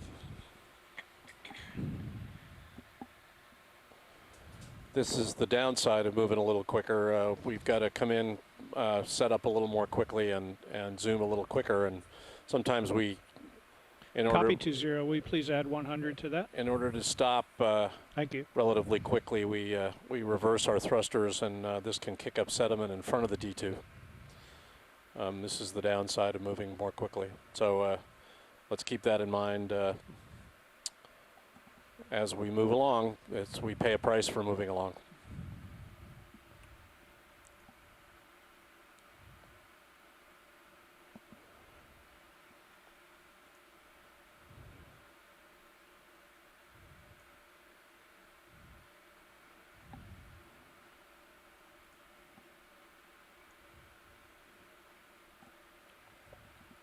Hey Jeff, bring up DVL and see my speed over the bottom is if you have a chance there.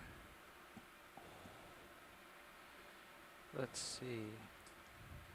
The forward velocity, 0.35. So I believe 0.44, 0.52. I think that's meters second, but I'm not sure, Josh. It is Meters second? meters Okay. per second. That's meters You've per got the second. calculator over there. What's that work out to in? Knots. Please. Double it. Ah, how convenient. 50 centimeters a second is a knot. So meters a minute, it's a. So a 1 knot dash is both possible and comfortable, if need be. Well, certainly over this kind of terrain, if you had to hot foot it, Yeah. there's not much for you to hot foot against. Got some feeding traces there. Looks like holothurians. Pretty flat seafloor now. No evidence for ripples.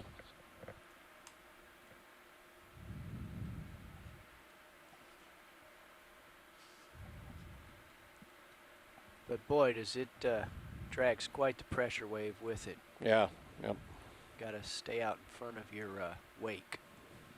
Yep. Well, that was a nice snap zoom. They were happy on the beach, Dave, so.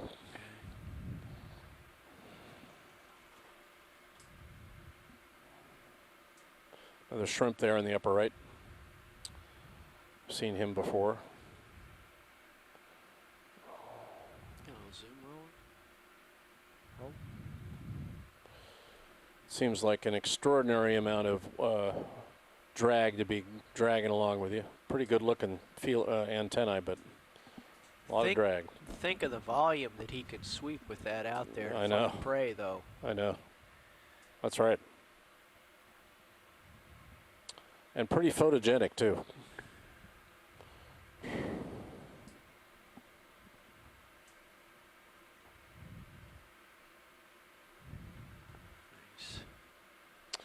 Now a little over 300 meters from waypoint 3. He just bumped into the vehicle. Well, that didn't do him any good. Suffering D2 shock. It look awesome with some more zoom. Put it, yeah. Go for it, Rolly. Hold that.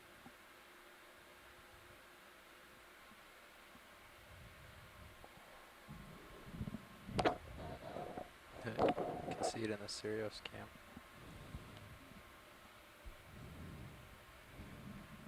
It's a different creature. Not the big one, the little one. To the left of that.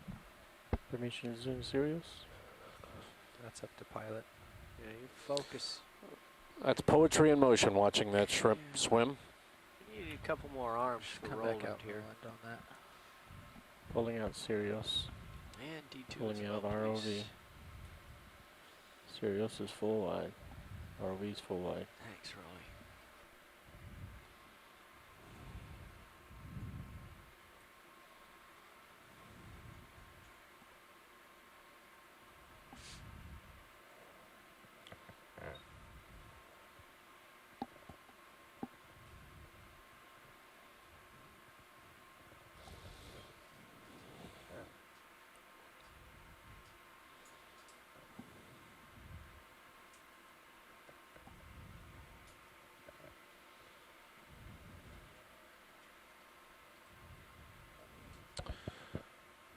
Moving along at 0.4 knots across sedimented seafloor of an amphitheater in Keathley Canyon, one of the central of 3 major drainage canyons in the north central Gulf of Mexico.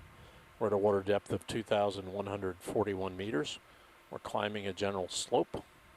This is the Okeanos Explorer. We're well into our dive 6 now of this series of dives we're doing as part of Expedition 3 this month in the Gulf of Mexico. We're looking for outcrops, deep corals. We're seeing some evidence for outcropping now as we climb this slope.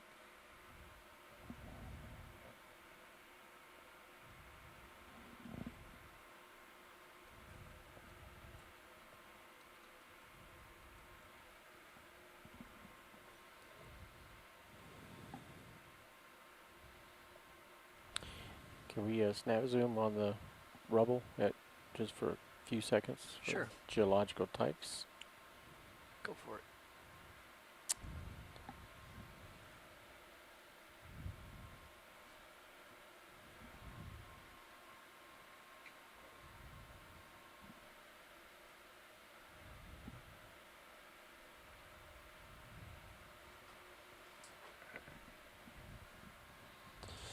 These small sponges there. Certainly we've got pieces of hard ground pretty much at the seafloor. Okay, I think that's good. But as this is something you might expect as we climb a slope. These slopes are usually indicative of slightly firmer substrate. Now we're coming up on top of another bench, which is going to take us over towards waypoint 3, which is about 280 meters away.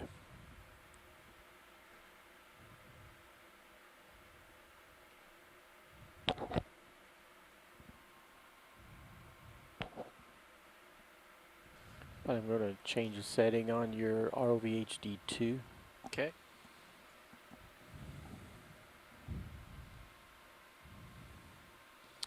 Get a zoom there, guys. If we got time. We got time. Quick zoom, please. Got some burrows, I think. Yeah, Yep. hold that right there. Yeah, we got burrows. Got something in that burrow. we can pan down and take a quick tilt down, take a quick look at him. There's something in there. He's not going to let us see him too easily, but we got something in that burrow. Back up just a smidge and the light will improve. Looking right down on you. Yeah. Almost back at you. That's all right. Okay. That's a pretty extensive burrow. We haven't seen burrows like that today yet. That's a good job, guys. If we got to move, we'll move. A little more zoom here, Rolly, just before I go. That's good. Hold that. Yeah, there's whoever's home there is being very bashful, but I'm sure that shrimp didn't dig the hole, but he's happy to be there. yeah. Okay, wide, please, Roland. Thanks.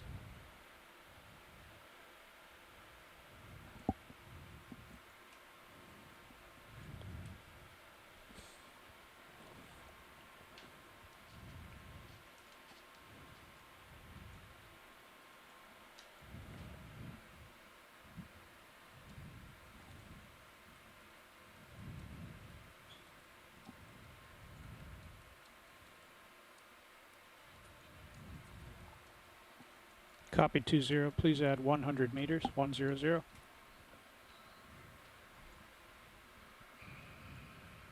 They're just looking straight down at you.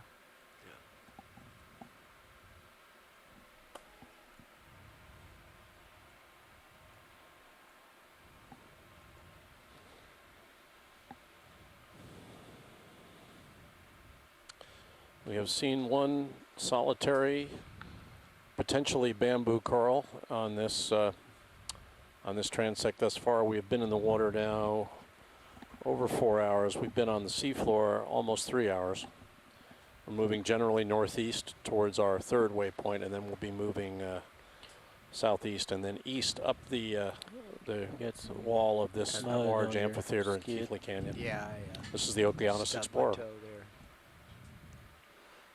Moments inattention.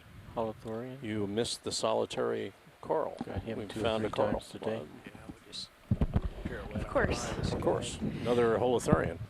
One time I walked away from an ROV dive, I think, to go get a drink or Pilot something, and and they co-pilot. saw a great white. We're about There you go. See? 10 minutes away I'll from just leave. our waypoint, and It's at that waypoint girls. we're going to make a 90-degree turn to the right. How would you like to approach the waypoint, and how would you like to start off on the next? Another holothurian. Go We right just for the waypoint. quite recently saw one of them coming back down to the seafloor. This one looks like If we it's don't doing the find same anything thing interesting, to we'll take us to off in a feed. direction. Okay, so It allow feeds the and ship to eliminates stop waste at the same and time. Wait for the And, layback to. as Bob Kearney says, they're very good at buoyancy control because they are doing one and the other at the same time. Very, very beautiful organism swimming.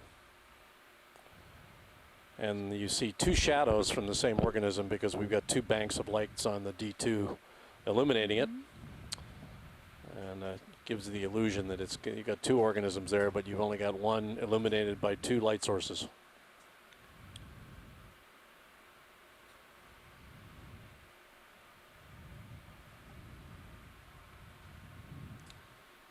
And that's a These view I haven't mouth seen parts before. out. Never get Agreed. tired. Never get tired Those of little mouthpieces. these organisms. They're Scrabbers. beautiful. Did you see the video And earlier really, where they looked like he was nothing else dragging this stuff in? on the planet. Yeah. Amazing. They're just First time we've so seen Frankly, them. they don't look like something from this planet Mhm. unless you've seen them before. That's the great thing about the deep sea. We're always surprised by the organisms we see. It was a big initiative run by a colleague of mine, Jesse Ausubel, called the Census of Marine Life. And they, you could probably talk to it better than me, Stephanie, but they did a wonderful global census of species, found many new species. And I don't think we've characterized them all, particularly in the deep Whole ocean. circle of So, little dots. Sounds interesting looking. Look You at can the go on their Sirius view, website see and map that? pretty much I saw anything you that. want, and it'll show you where they have like almost specimens perfect collected or circle. sightings seen. It's interesting. Yeah. Almost any species But we we're know certainly, about. but we certainly haven't seen them all. Our colleague Tim Shank, who's the acting chief scientist of the Ocean Exploration Program, is in the far western Pacific right now, looking at life in the trenches, the really deep water, Kermadec. and Kermadec right New now. Zealand. Yeah, and we have one of our ROV navigator right now. Jeff Williams is from New Zealand, lest we do not call attention to that. We have an international group here, people from Texas to New Zealand. And it's, we all live in total and complete harmony here on the Okeanos Explorer, and as long as we get fed. Look at the white holothurian, Dave. And as long as the sea states stay nice, and it looks like a nice day out there today. Is that a shell? I'm not sure. No, it's another encrusted. Ah, it's another holothurian encrusted with pteropod shells.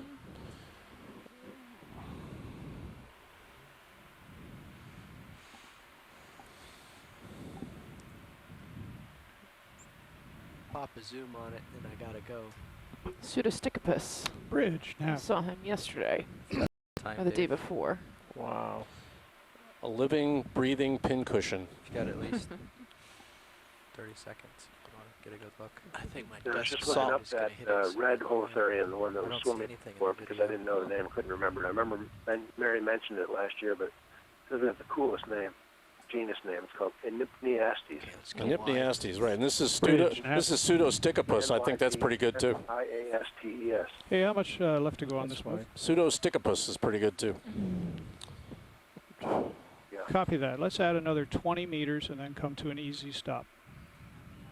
It looks like all of our rippling is gone.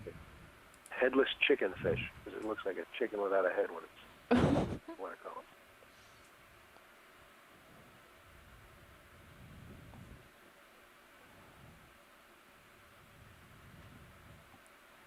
I think my altitude got the top of the ROV. Feeding holothurian. Looks like he might be feeding. It's less than our delta. Do we trust the delta? Yeah, we're certainly getting. We may not be seeing deep corals, but we're certainly seeing our share of good-looking holothurians today. Do holothurians have photoreceptors? Oh boy, there you go. Bob Carney, do holothurians have photoreceptors? One of our pilots would like to know. Are they aware of the D2 approaching them?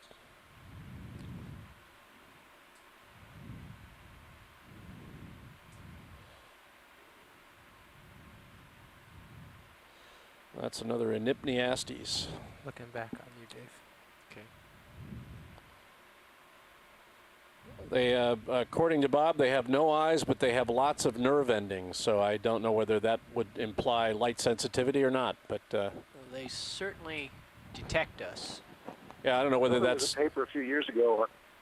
There was a paper a few years ago on light sensitivity and asteroids in shallow water, and they did demonstrate that those nerves could sense Sound and light. vibration would be So more useful not sure to on you. this set of creatures. This is me. I would certainly think they could feel, yeah, as Jeff just pointed out, vibration or pressure pulses in the water from our thrusters. All right, I lost you. I would think they'd be quite sensitive to that. Here it comes.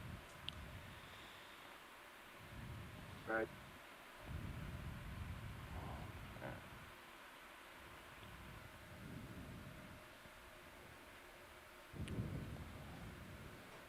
It's a small shrimp.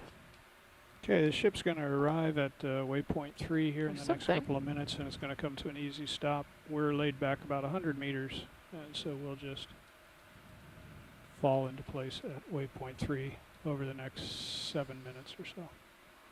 Sounds good, Neff.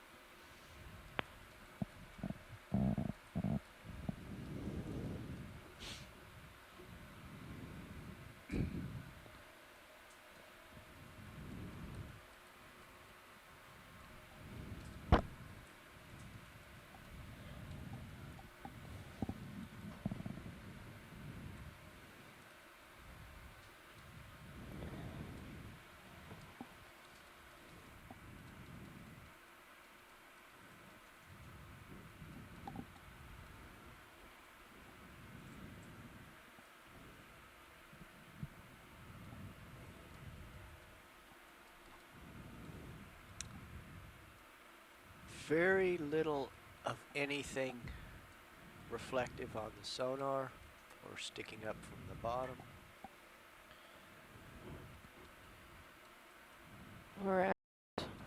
2,131 meters. We have climbed about 40 meters from the 45 meters from the start of the dive, and we're on a bench now. We're headed for waypoint 3. The ship is there. The vehicles are moving along. When they get there, we've got approximately a 90-degree turn towards waypoint 4, so we're letting the vehicles catch up before we begin moving in that direction. Looks like we've got some bioturbation too. All the rippling and the current is gone.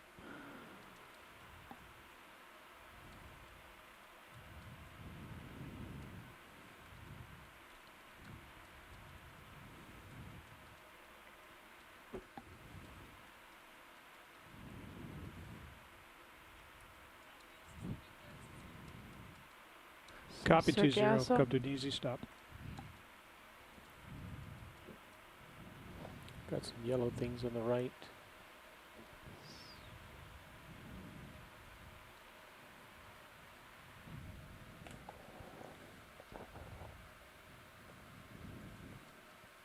Half zoom, please. It's rope, That's good. iron. Oh, is that line? Wire rope. I mean, there's also Rope. rust. Yeah, it looks like wire rope. It does, and that's certainly man-made detritus. Not something we want to mess with the ROV.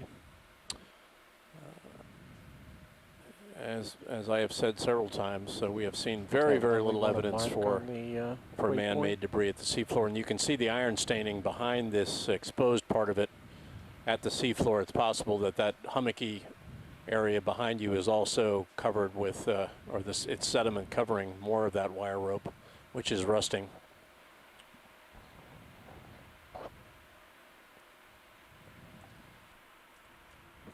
Okay, a little more zoom, please, roll. That's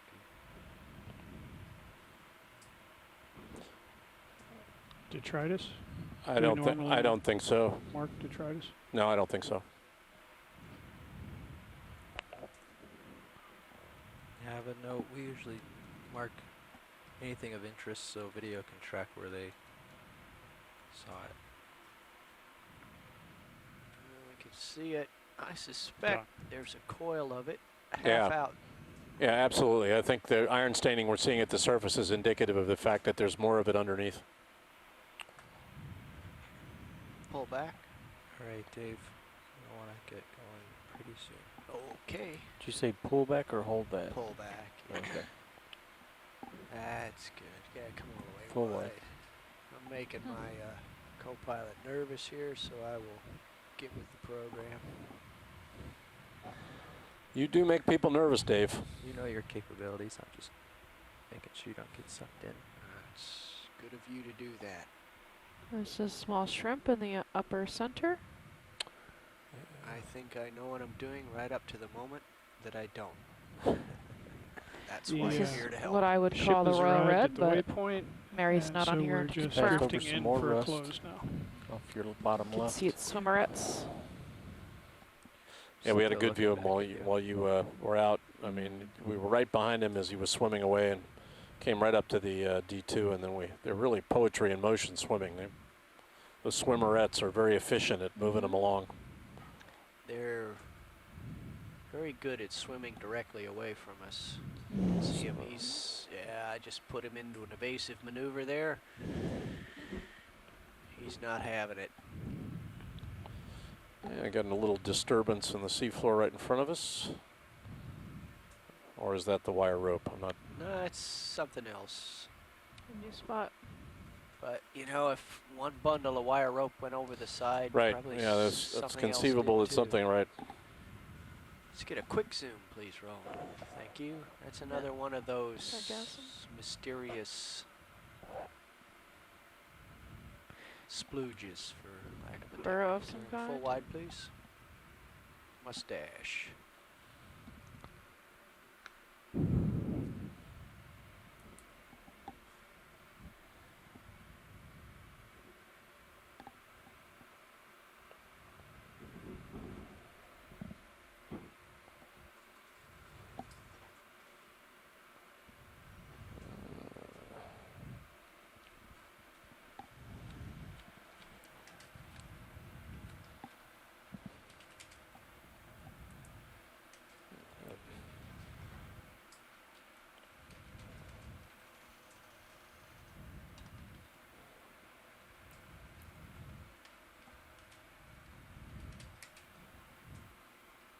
Bridge, Nav. Yeah, just a heads up, our next move is going to be in the direction 115. We're not ready to go yet, just thought I'd give you a heads up.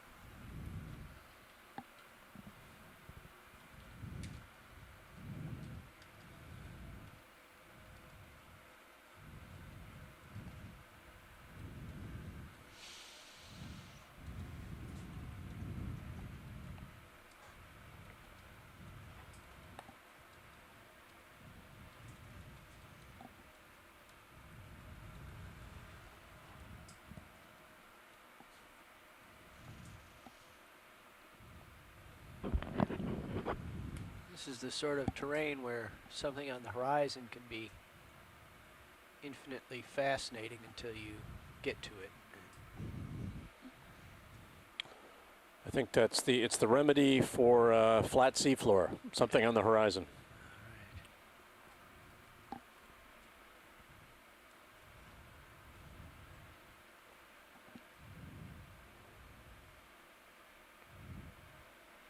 Small mound.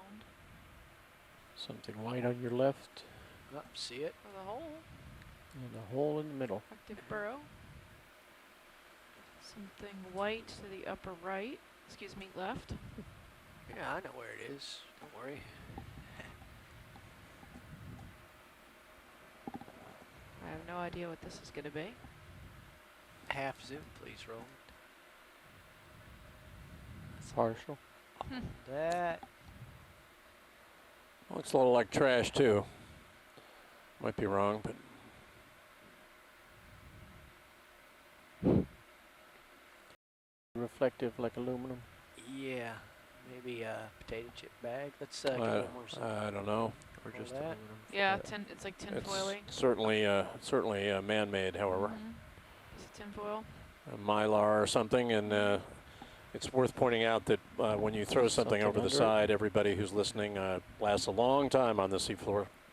Soda cans are 400 years, plastic even longer. I don't know about Mylar Clear. specifically, which is what that looks like, but it can last a long time. Clear, Dave. Yeah. Thank you, Roland. Haven't seen much of that so far on these dives, and I'm glad to say that. And remember, though, that we're in a canyon system, so that something that was thrown over the side upstream in this canyon would eventually go downhill.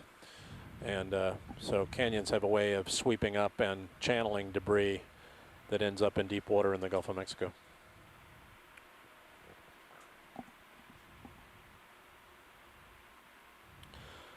Brian, do we want to continue to head to waypoint 4 at 0.4 knots, or do you want to slow down here? Yeah, continue to 0.4 knots, I think. Roger that. ROV nav, when we get set up to head to waypoint 4, let's keep going at 0.4. Copy 0.4.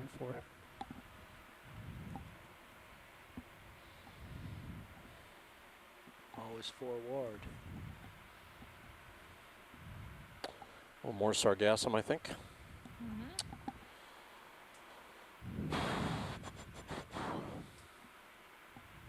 I'll get you a rock, Jamie. Yeah, sure. That's what they all say. All you guys. You pilots have big aspirations, you know.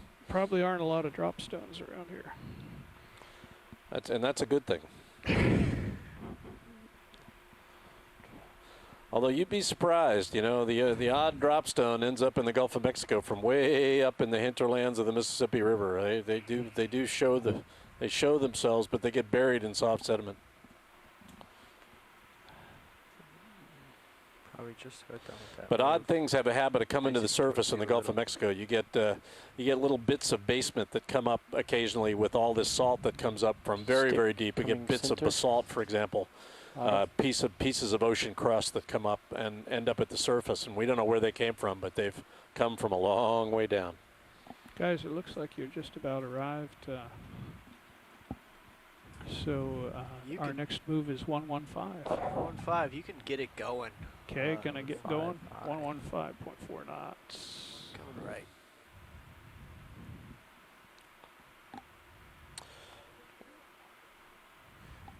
lead you Oh, how around to deep? 115 here? Oh, Bridge in this already part of the down. Gulf of Mexico, I would think anywhere between 6,000 and 8,000 meters, something like that. It's not the thickest part of the Gulf, but it's still pretty thick.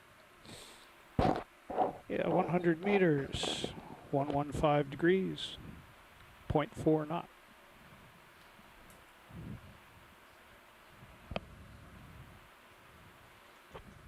I mean, but you have to remember that as you get deeper in the sediment column, the sediments themselves begin to turn into rock. So we have to be a little bit careful when we talk about what's a sediment and what's a rock. There are degrees of, John Reed asked us that earlier, how hard are hard grounds?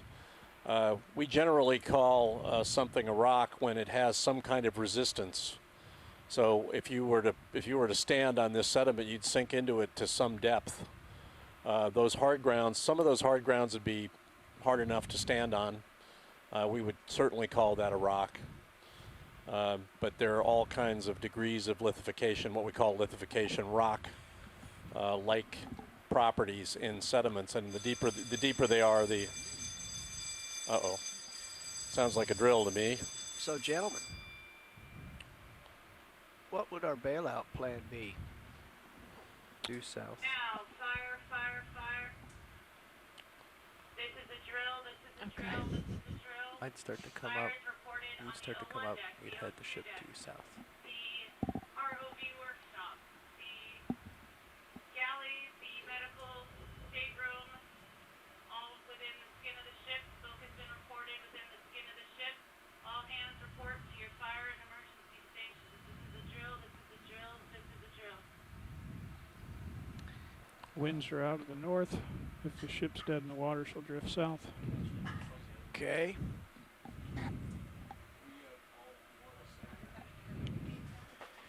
In which case, I would dash to the north if we were going to drift. Tripod fish, lower right. I'm working on it. Jeff, you looked at the topography earlier. Is there anything to the south so we're safe at this altitude, this depth? Cool. We would come up a little, maybe 100 meters or something, or 50. Well, not seeing much in the way of immediate relief. You may be hearing an alarm in the background. Everyone, we're in the middle of a fire drill here. Yours truly and colleagues are going to be staying, doing our job. In other words, we're going down with the ship. If the ship is on fire, we're going to bring you high quality video and audio until the water comes into the van. The newest The engineers, in fact, are chained to their seats. They're not allowed to leave. We're like the musicians on the Titanic. That's right. That's right. We're going to. This is just a drill. This is just a drill, folks. I cannot resist a little levity at times, but this is not. This is strictly a drill. But because we're bringing you live video and audio, and we're controlling very expensive pieces of technology on the seafloor, we are exempt for the moment. However, if this were an actual emergency, the microphone would be dead. Yes. We would be gone. So just remember that. No clamoring for commentary. If the boat were really on fire, we would be at our fire stations. If you have the time, you want to pirouette We're on a around life his raft. front. The ship is underway. We do have I know fire you're drills moving once at a week. 0.4. They also do a man overboard Plenty of room. and abandoned ship. I'm looking at 025. A little bit more, please, there, Roland. More zoom. And Actually, no, hold that. And in Try to fact, get around in front of it. we make light of this at times, but these drills are important. We actually had 2 injuries related to rough weather on the vessel, and we had to have 2 people taken off by Coast Guard helicopter a few days ago. So we make light of this, but in fact, the seagoing environment can be dangerous. And we had two mishaps. Both crew people are fine, but they're ashore now. We had to have them taken off, so we make light of it, but it's very real out here that you have to be careful. It's a dangerous environment we work in. This is the Okeanos Explorer.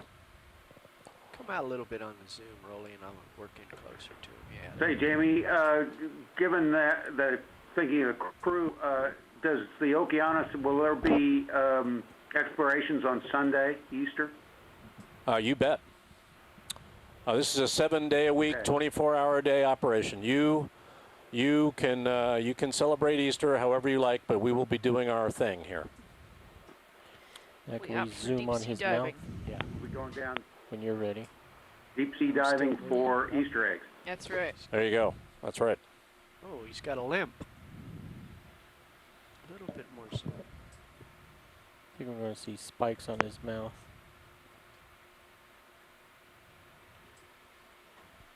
I'm not going to be able Looks to like he hold it might have quite a that parasite tight. on his underside. Yeah, I can't get the focus on the mouth, so I'll give you that. We'll go. Thank you, Dave. Oh, you're welcome. Let's see, where have I gone? You're off to the right, reservation. but if you, Go yeah, left a little bit here. you've got North. Some of our drag marks. That's me. see you over there. Yep. On that cam, you might be going You the see in the opposite fish eye. direction. Oh, where are you looking? We're headed 115. Yeah. Look at Thought the I was fish to the eye. Right. There we go. Okay. I'll follow you with that camera. So this, Well, that doesn't really help me because I never know which way it's pointed. yeah, it's generally forward. This Here it is comes. basically forward like that-ish. If I dash from here, I'll get in the picture.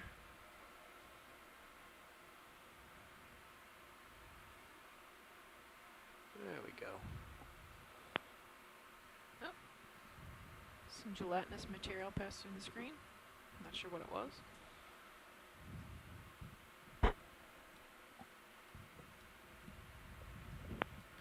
We're at 2,129 meters.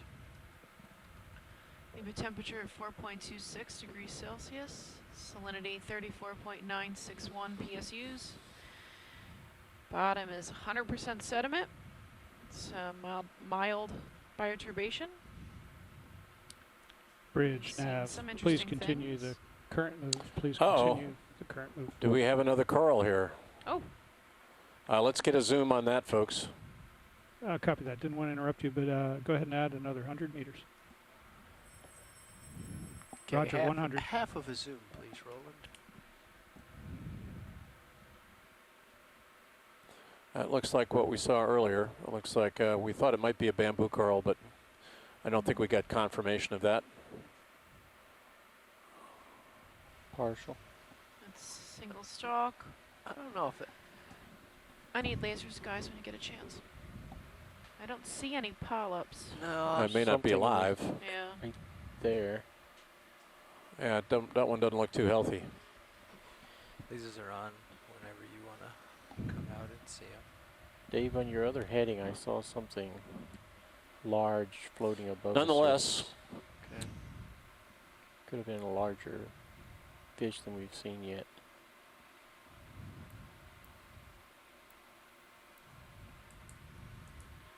Okay, let's come wide. So on your original Sure, heading, that's you were heading 115 in degrees. the darkness 115. above the surface. Well, there's that thing there. And, There's something in the upper right. bump. It may have been the bump I saw. Okay. Yeah, Can't go out got, there and bump into it. got something out there in the middle distance. There's something in the surface. This heaving's throwing my heading all around, so Yeah, it's all right.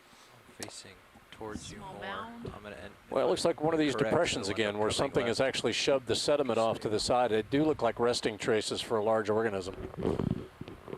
We saw a few of these earlier. It's like something's kind of sat down there and then moved away.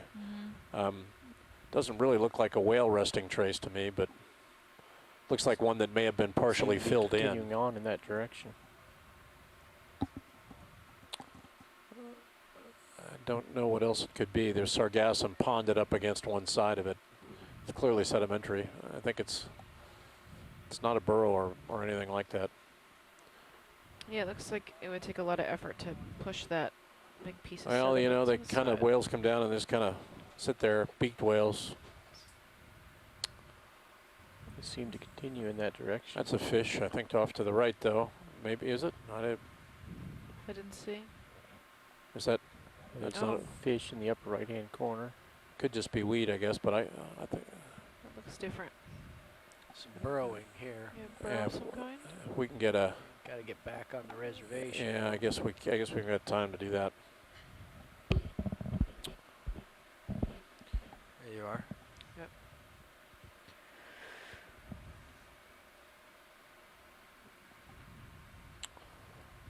A lot of sedimentary plain today. Way out We can there. flip off the lasers, guys.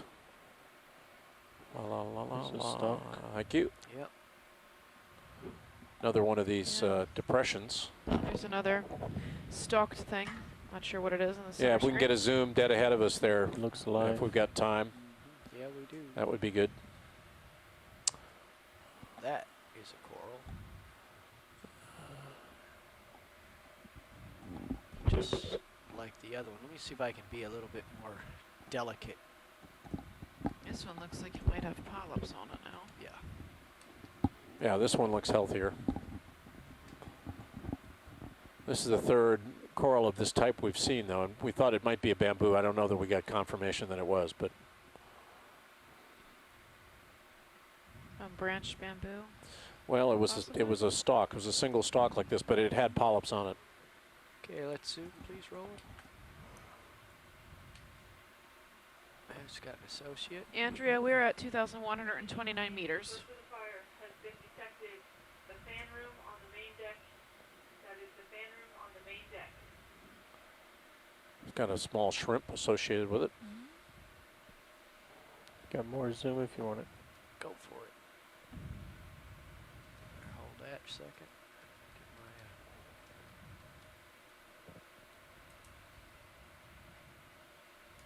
doesn't display any of the segment. Yeah, it doesn't look like a bamboo to me, but but we have Andrea Quattrini says it's a Lepidopsis morphotype, an unbranched bamboo. Oh. That's what we thought it might be earlier. Bamboo unbranched. Brian thinks so too. I think the unbranched bamboos have it. It's the second live one we've seen. We saw one that didn't appear to be alive. There's another associate. There's something Hanging on shrimp gamely. or something. So we got a couple there. We got a small one, small like it's something, one of those baby amphipod or shrimp. something there. Can't quite see him. Oh, mice shrimp maybe? And then we have the larger shrimp down at the base.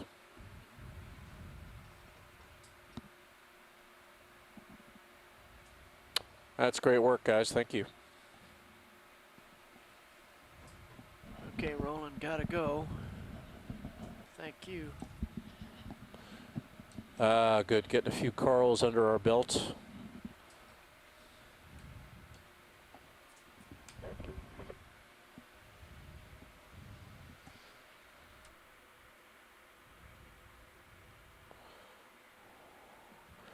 It's not good to come down on a dive where you're looking for corals and not see any, even if the modelers are happy.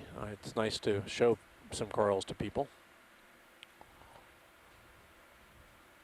I copy that. We're going to add another 100 meters. Thank you. Roger that.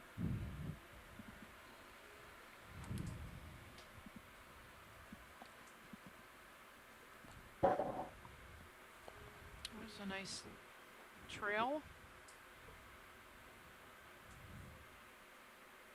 Looks like it Holothurian. belongs as swimming holothurian. It's been on the bottom quite some time.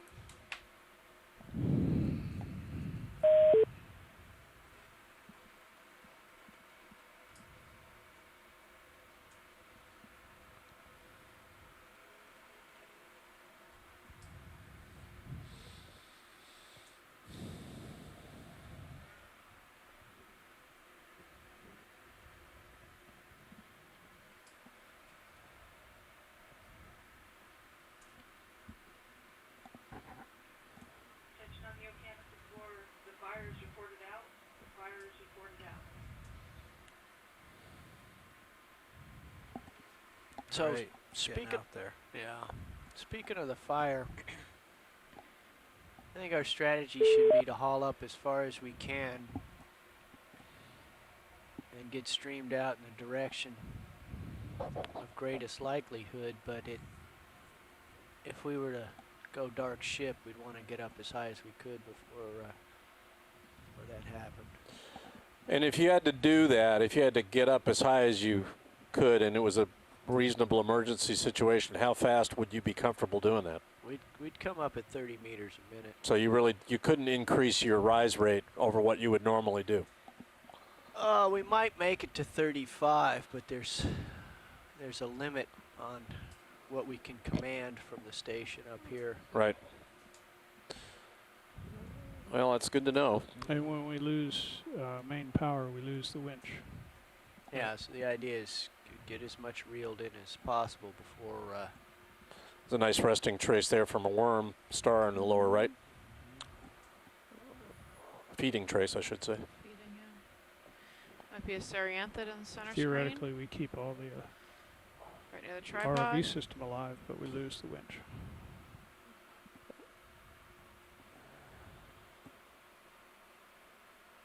Okay, we can half of a zoom. Another tripod fish. We've seen him before. We've seen him before. Yep. Not him, but one like him. His cousin. His cousin, right.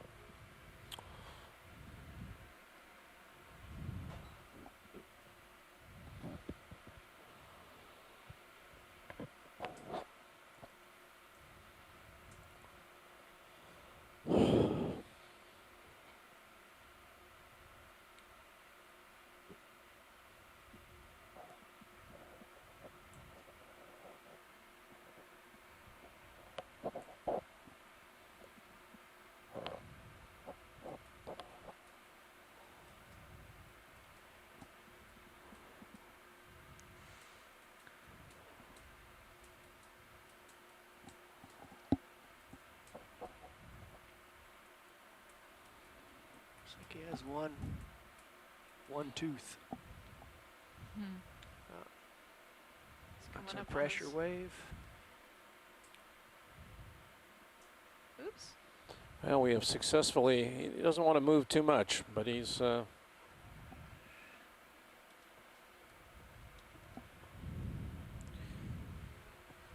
Wide, please.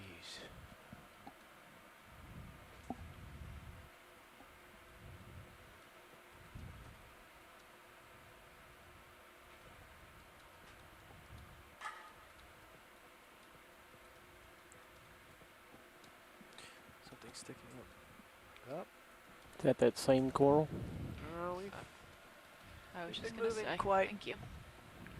quite good clip here. That's not the same coral, but it's very similar. Let's get a snap on that. Yeah, that's Another good right bamboo there. coral, looks like. and another coral there. Nice. That one looks like it's in reasonable shape.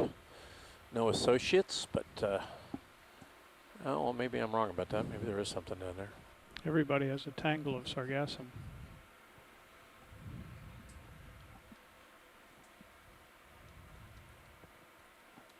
Okay, wide, please.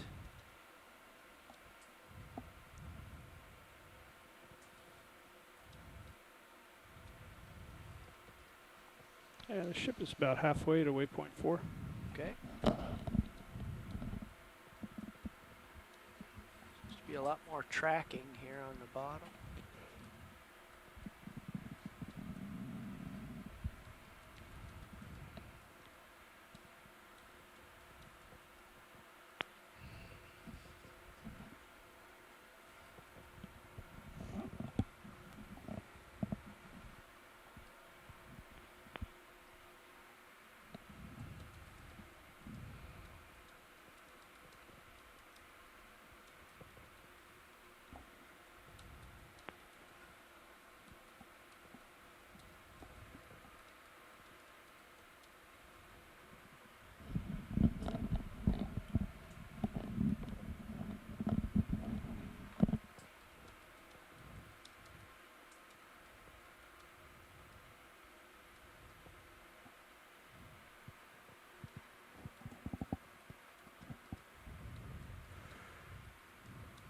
Our depth is 2127.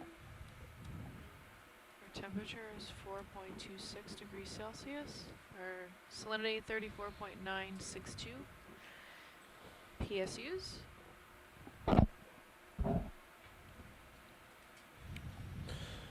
And we're making good progress at 0.4 knots towards waypoint 4, which we're beginning to climb the eastern slope of this Keathley Canyon amphitheater. We're about a little over 300 meters from waypoint 4 right now. Sponge. And we've got about 2 hours left on the seafloor today in dive 6. Seen some corals finally, and we hope to see more as we get close to the wall of this amphitheater ahead of us. Stay with us. This is the Okeanos Explorer. The vortices that spun off. Feeding the locals. Like a little science experiment. It was an experiment. Do you have much in the way of current here, Dave? Very little. I'll dash out and we'll do a drift test here. Yeah, it'd be good to get an idea if we've got any ambient current here. We did do that in the axis of the canyon. Had 0.1 to 0.2. Haven't seen any ripples on the seafloor recently. 50 meters. Let's add 100 more. So we haven't. I'm not thinking we're seeing much here. Just keep it going.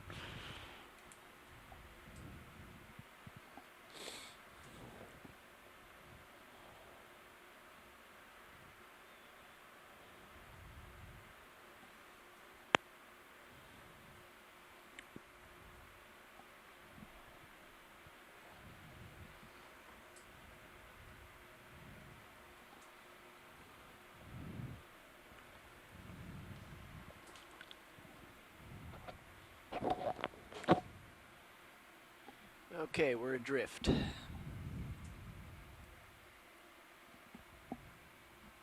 This says you're doing 0.4 of a knot forward. Nope. Yeah, northern velocity. Yeah, I'm starting to 0.2. Respond to the current now. Things are DVL is saying about 0.1, a little less than 0.1 meter a second. appear to be going northeast. Ish. Yeah. North-northeast. Yeah, the INS says north-northeast.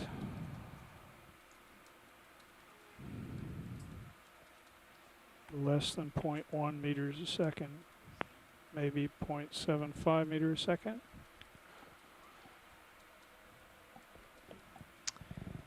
We have a stalk in the upper middle. I see it. DVL's Thank you. stopped. Yeah. You've got time for getting out there and zooming. I do. This looks similar to the bamboo corals we were seeing earlier.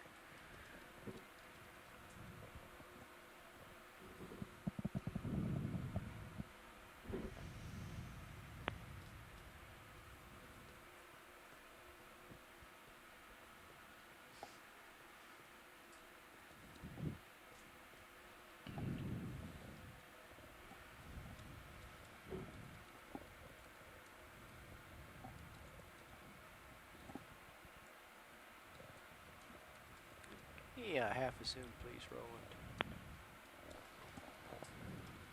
Oh, looks like it might be dead. See the frame very clearly.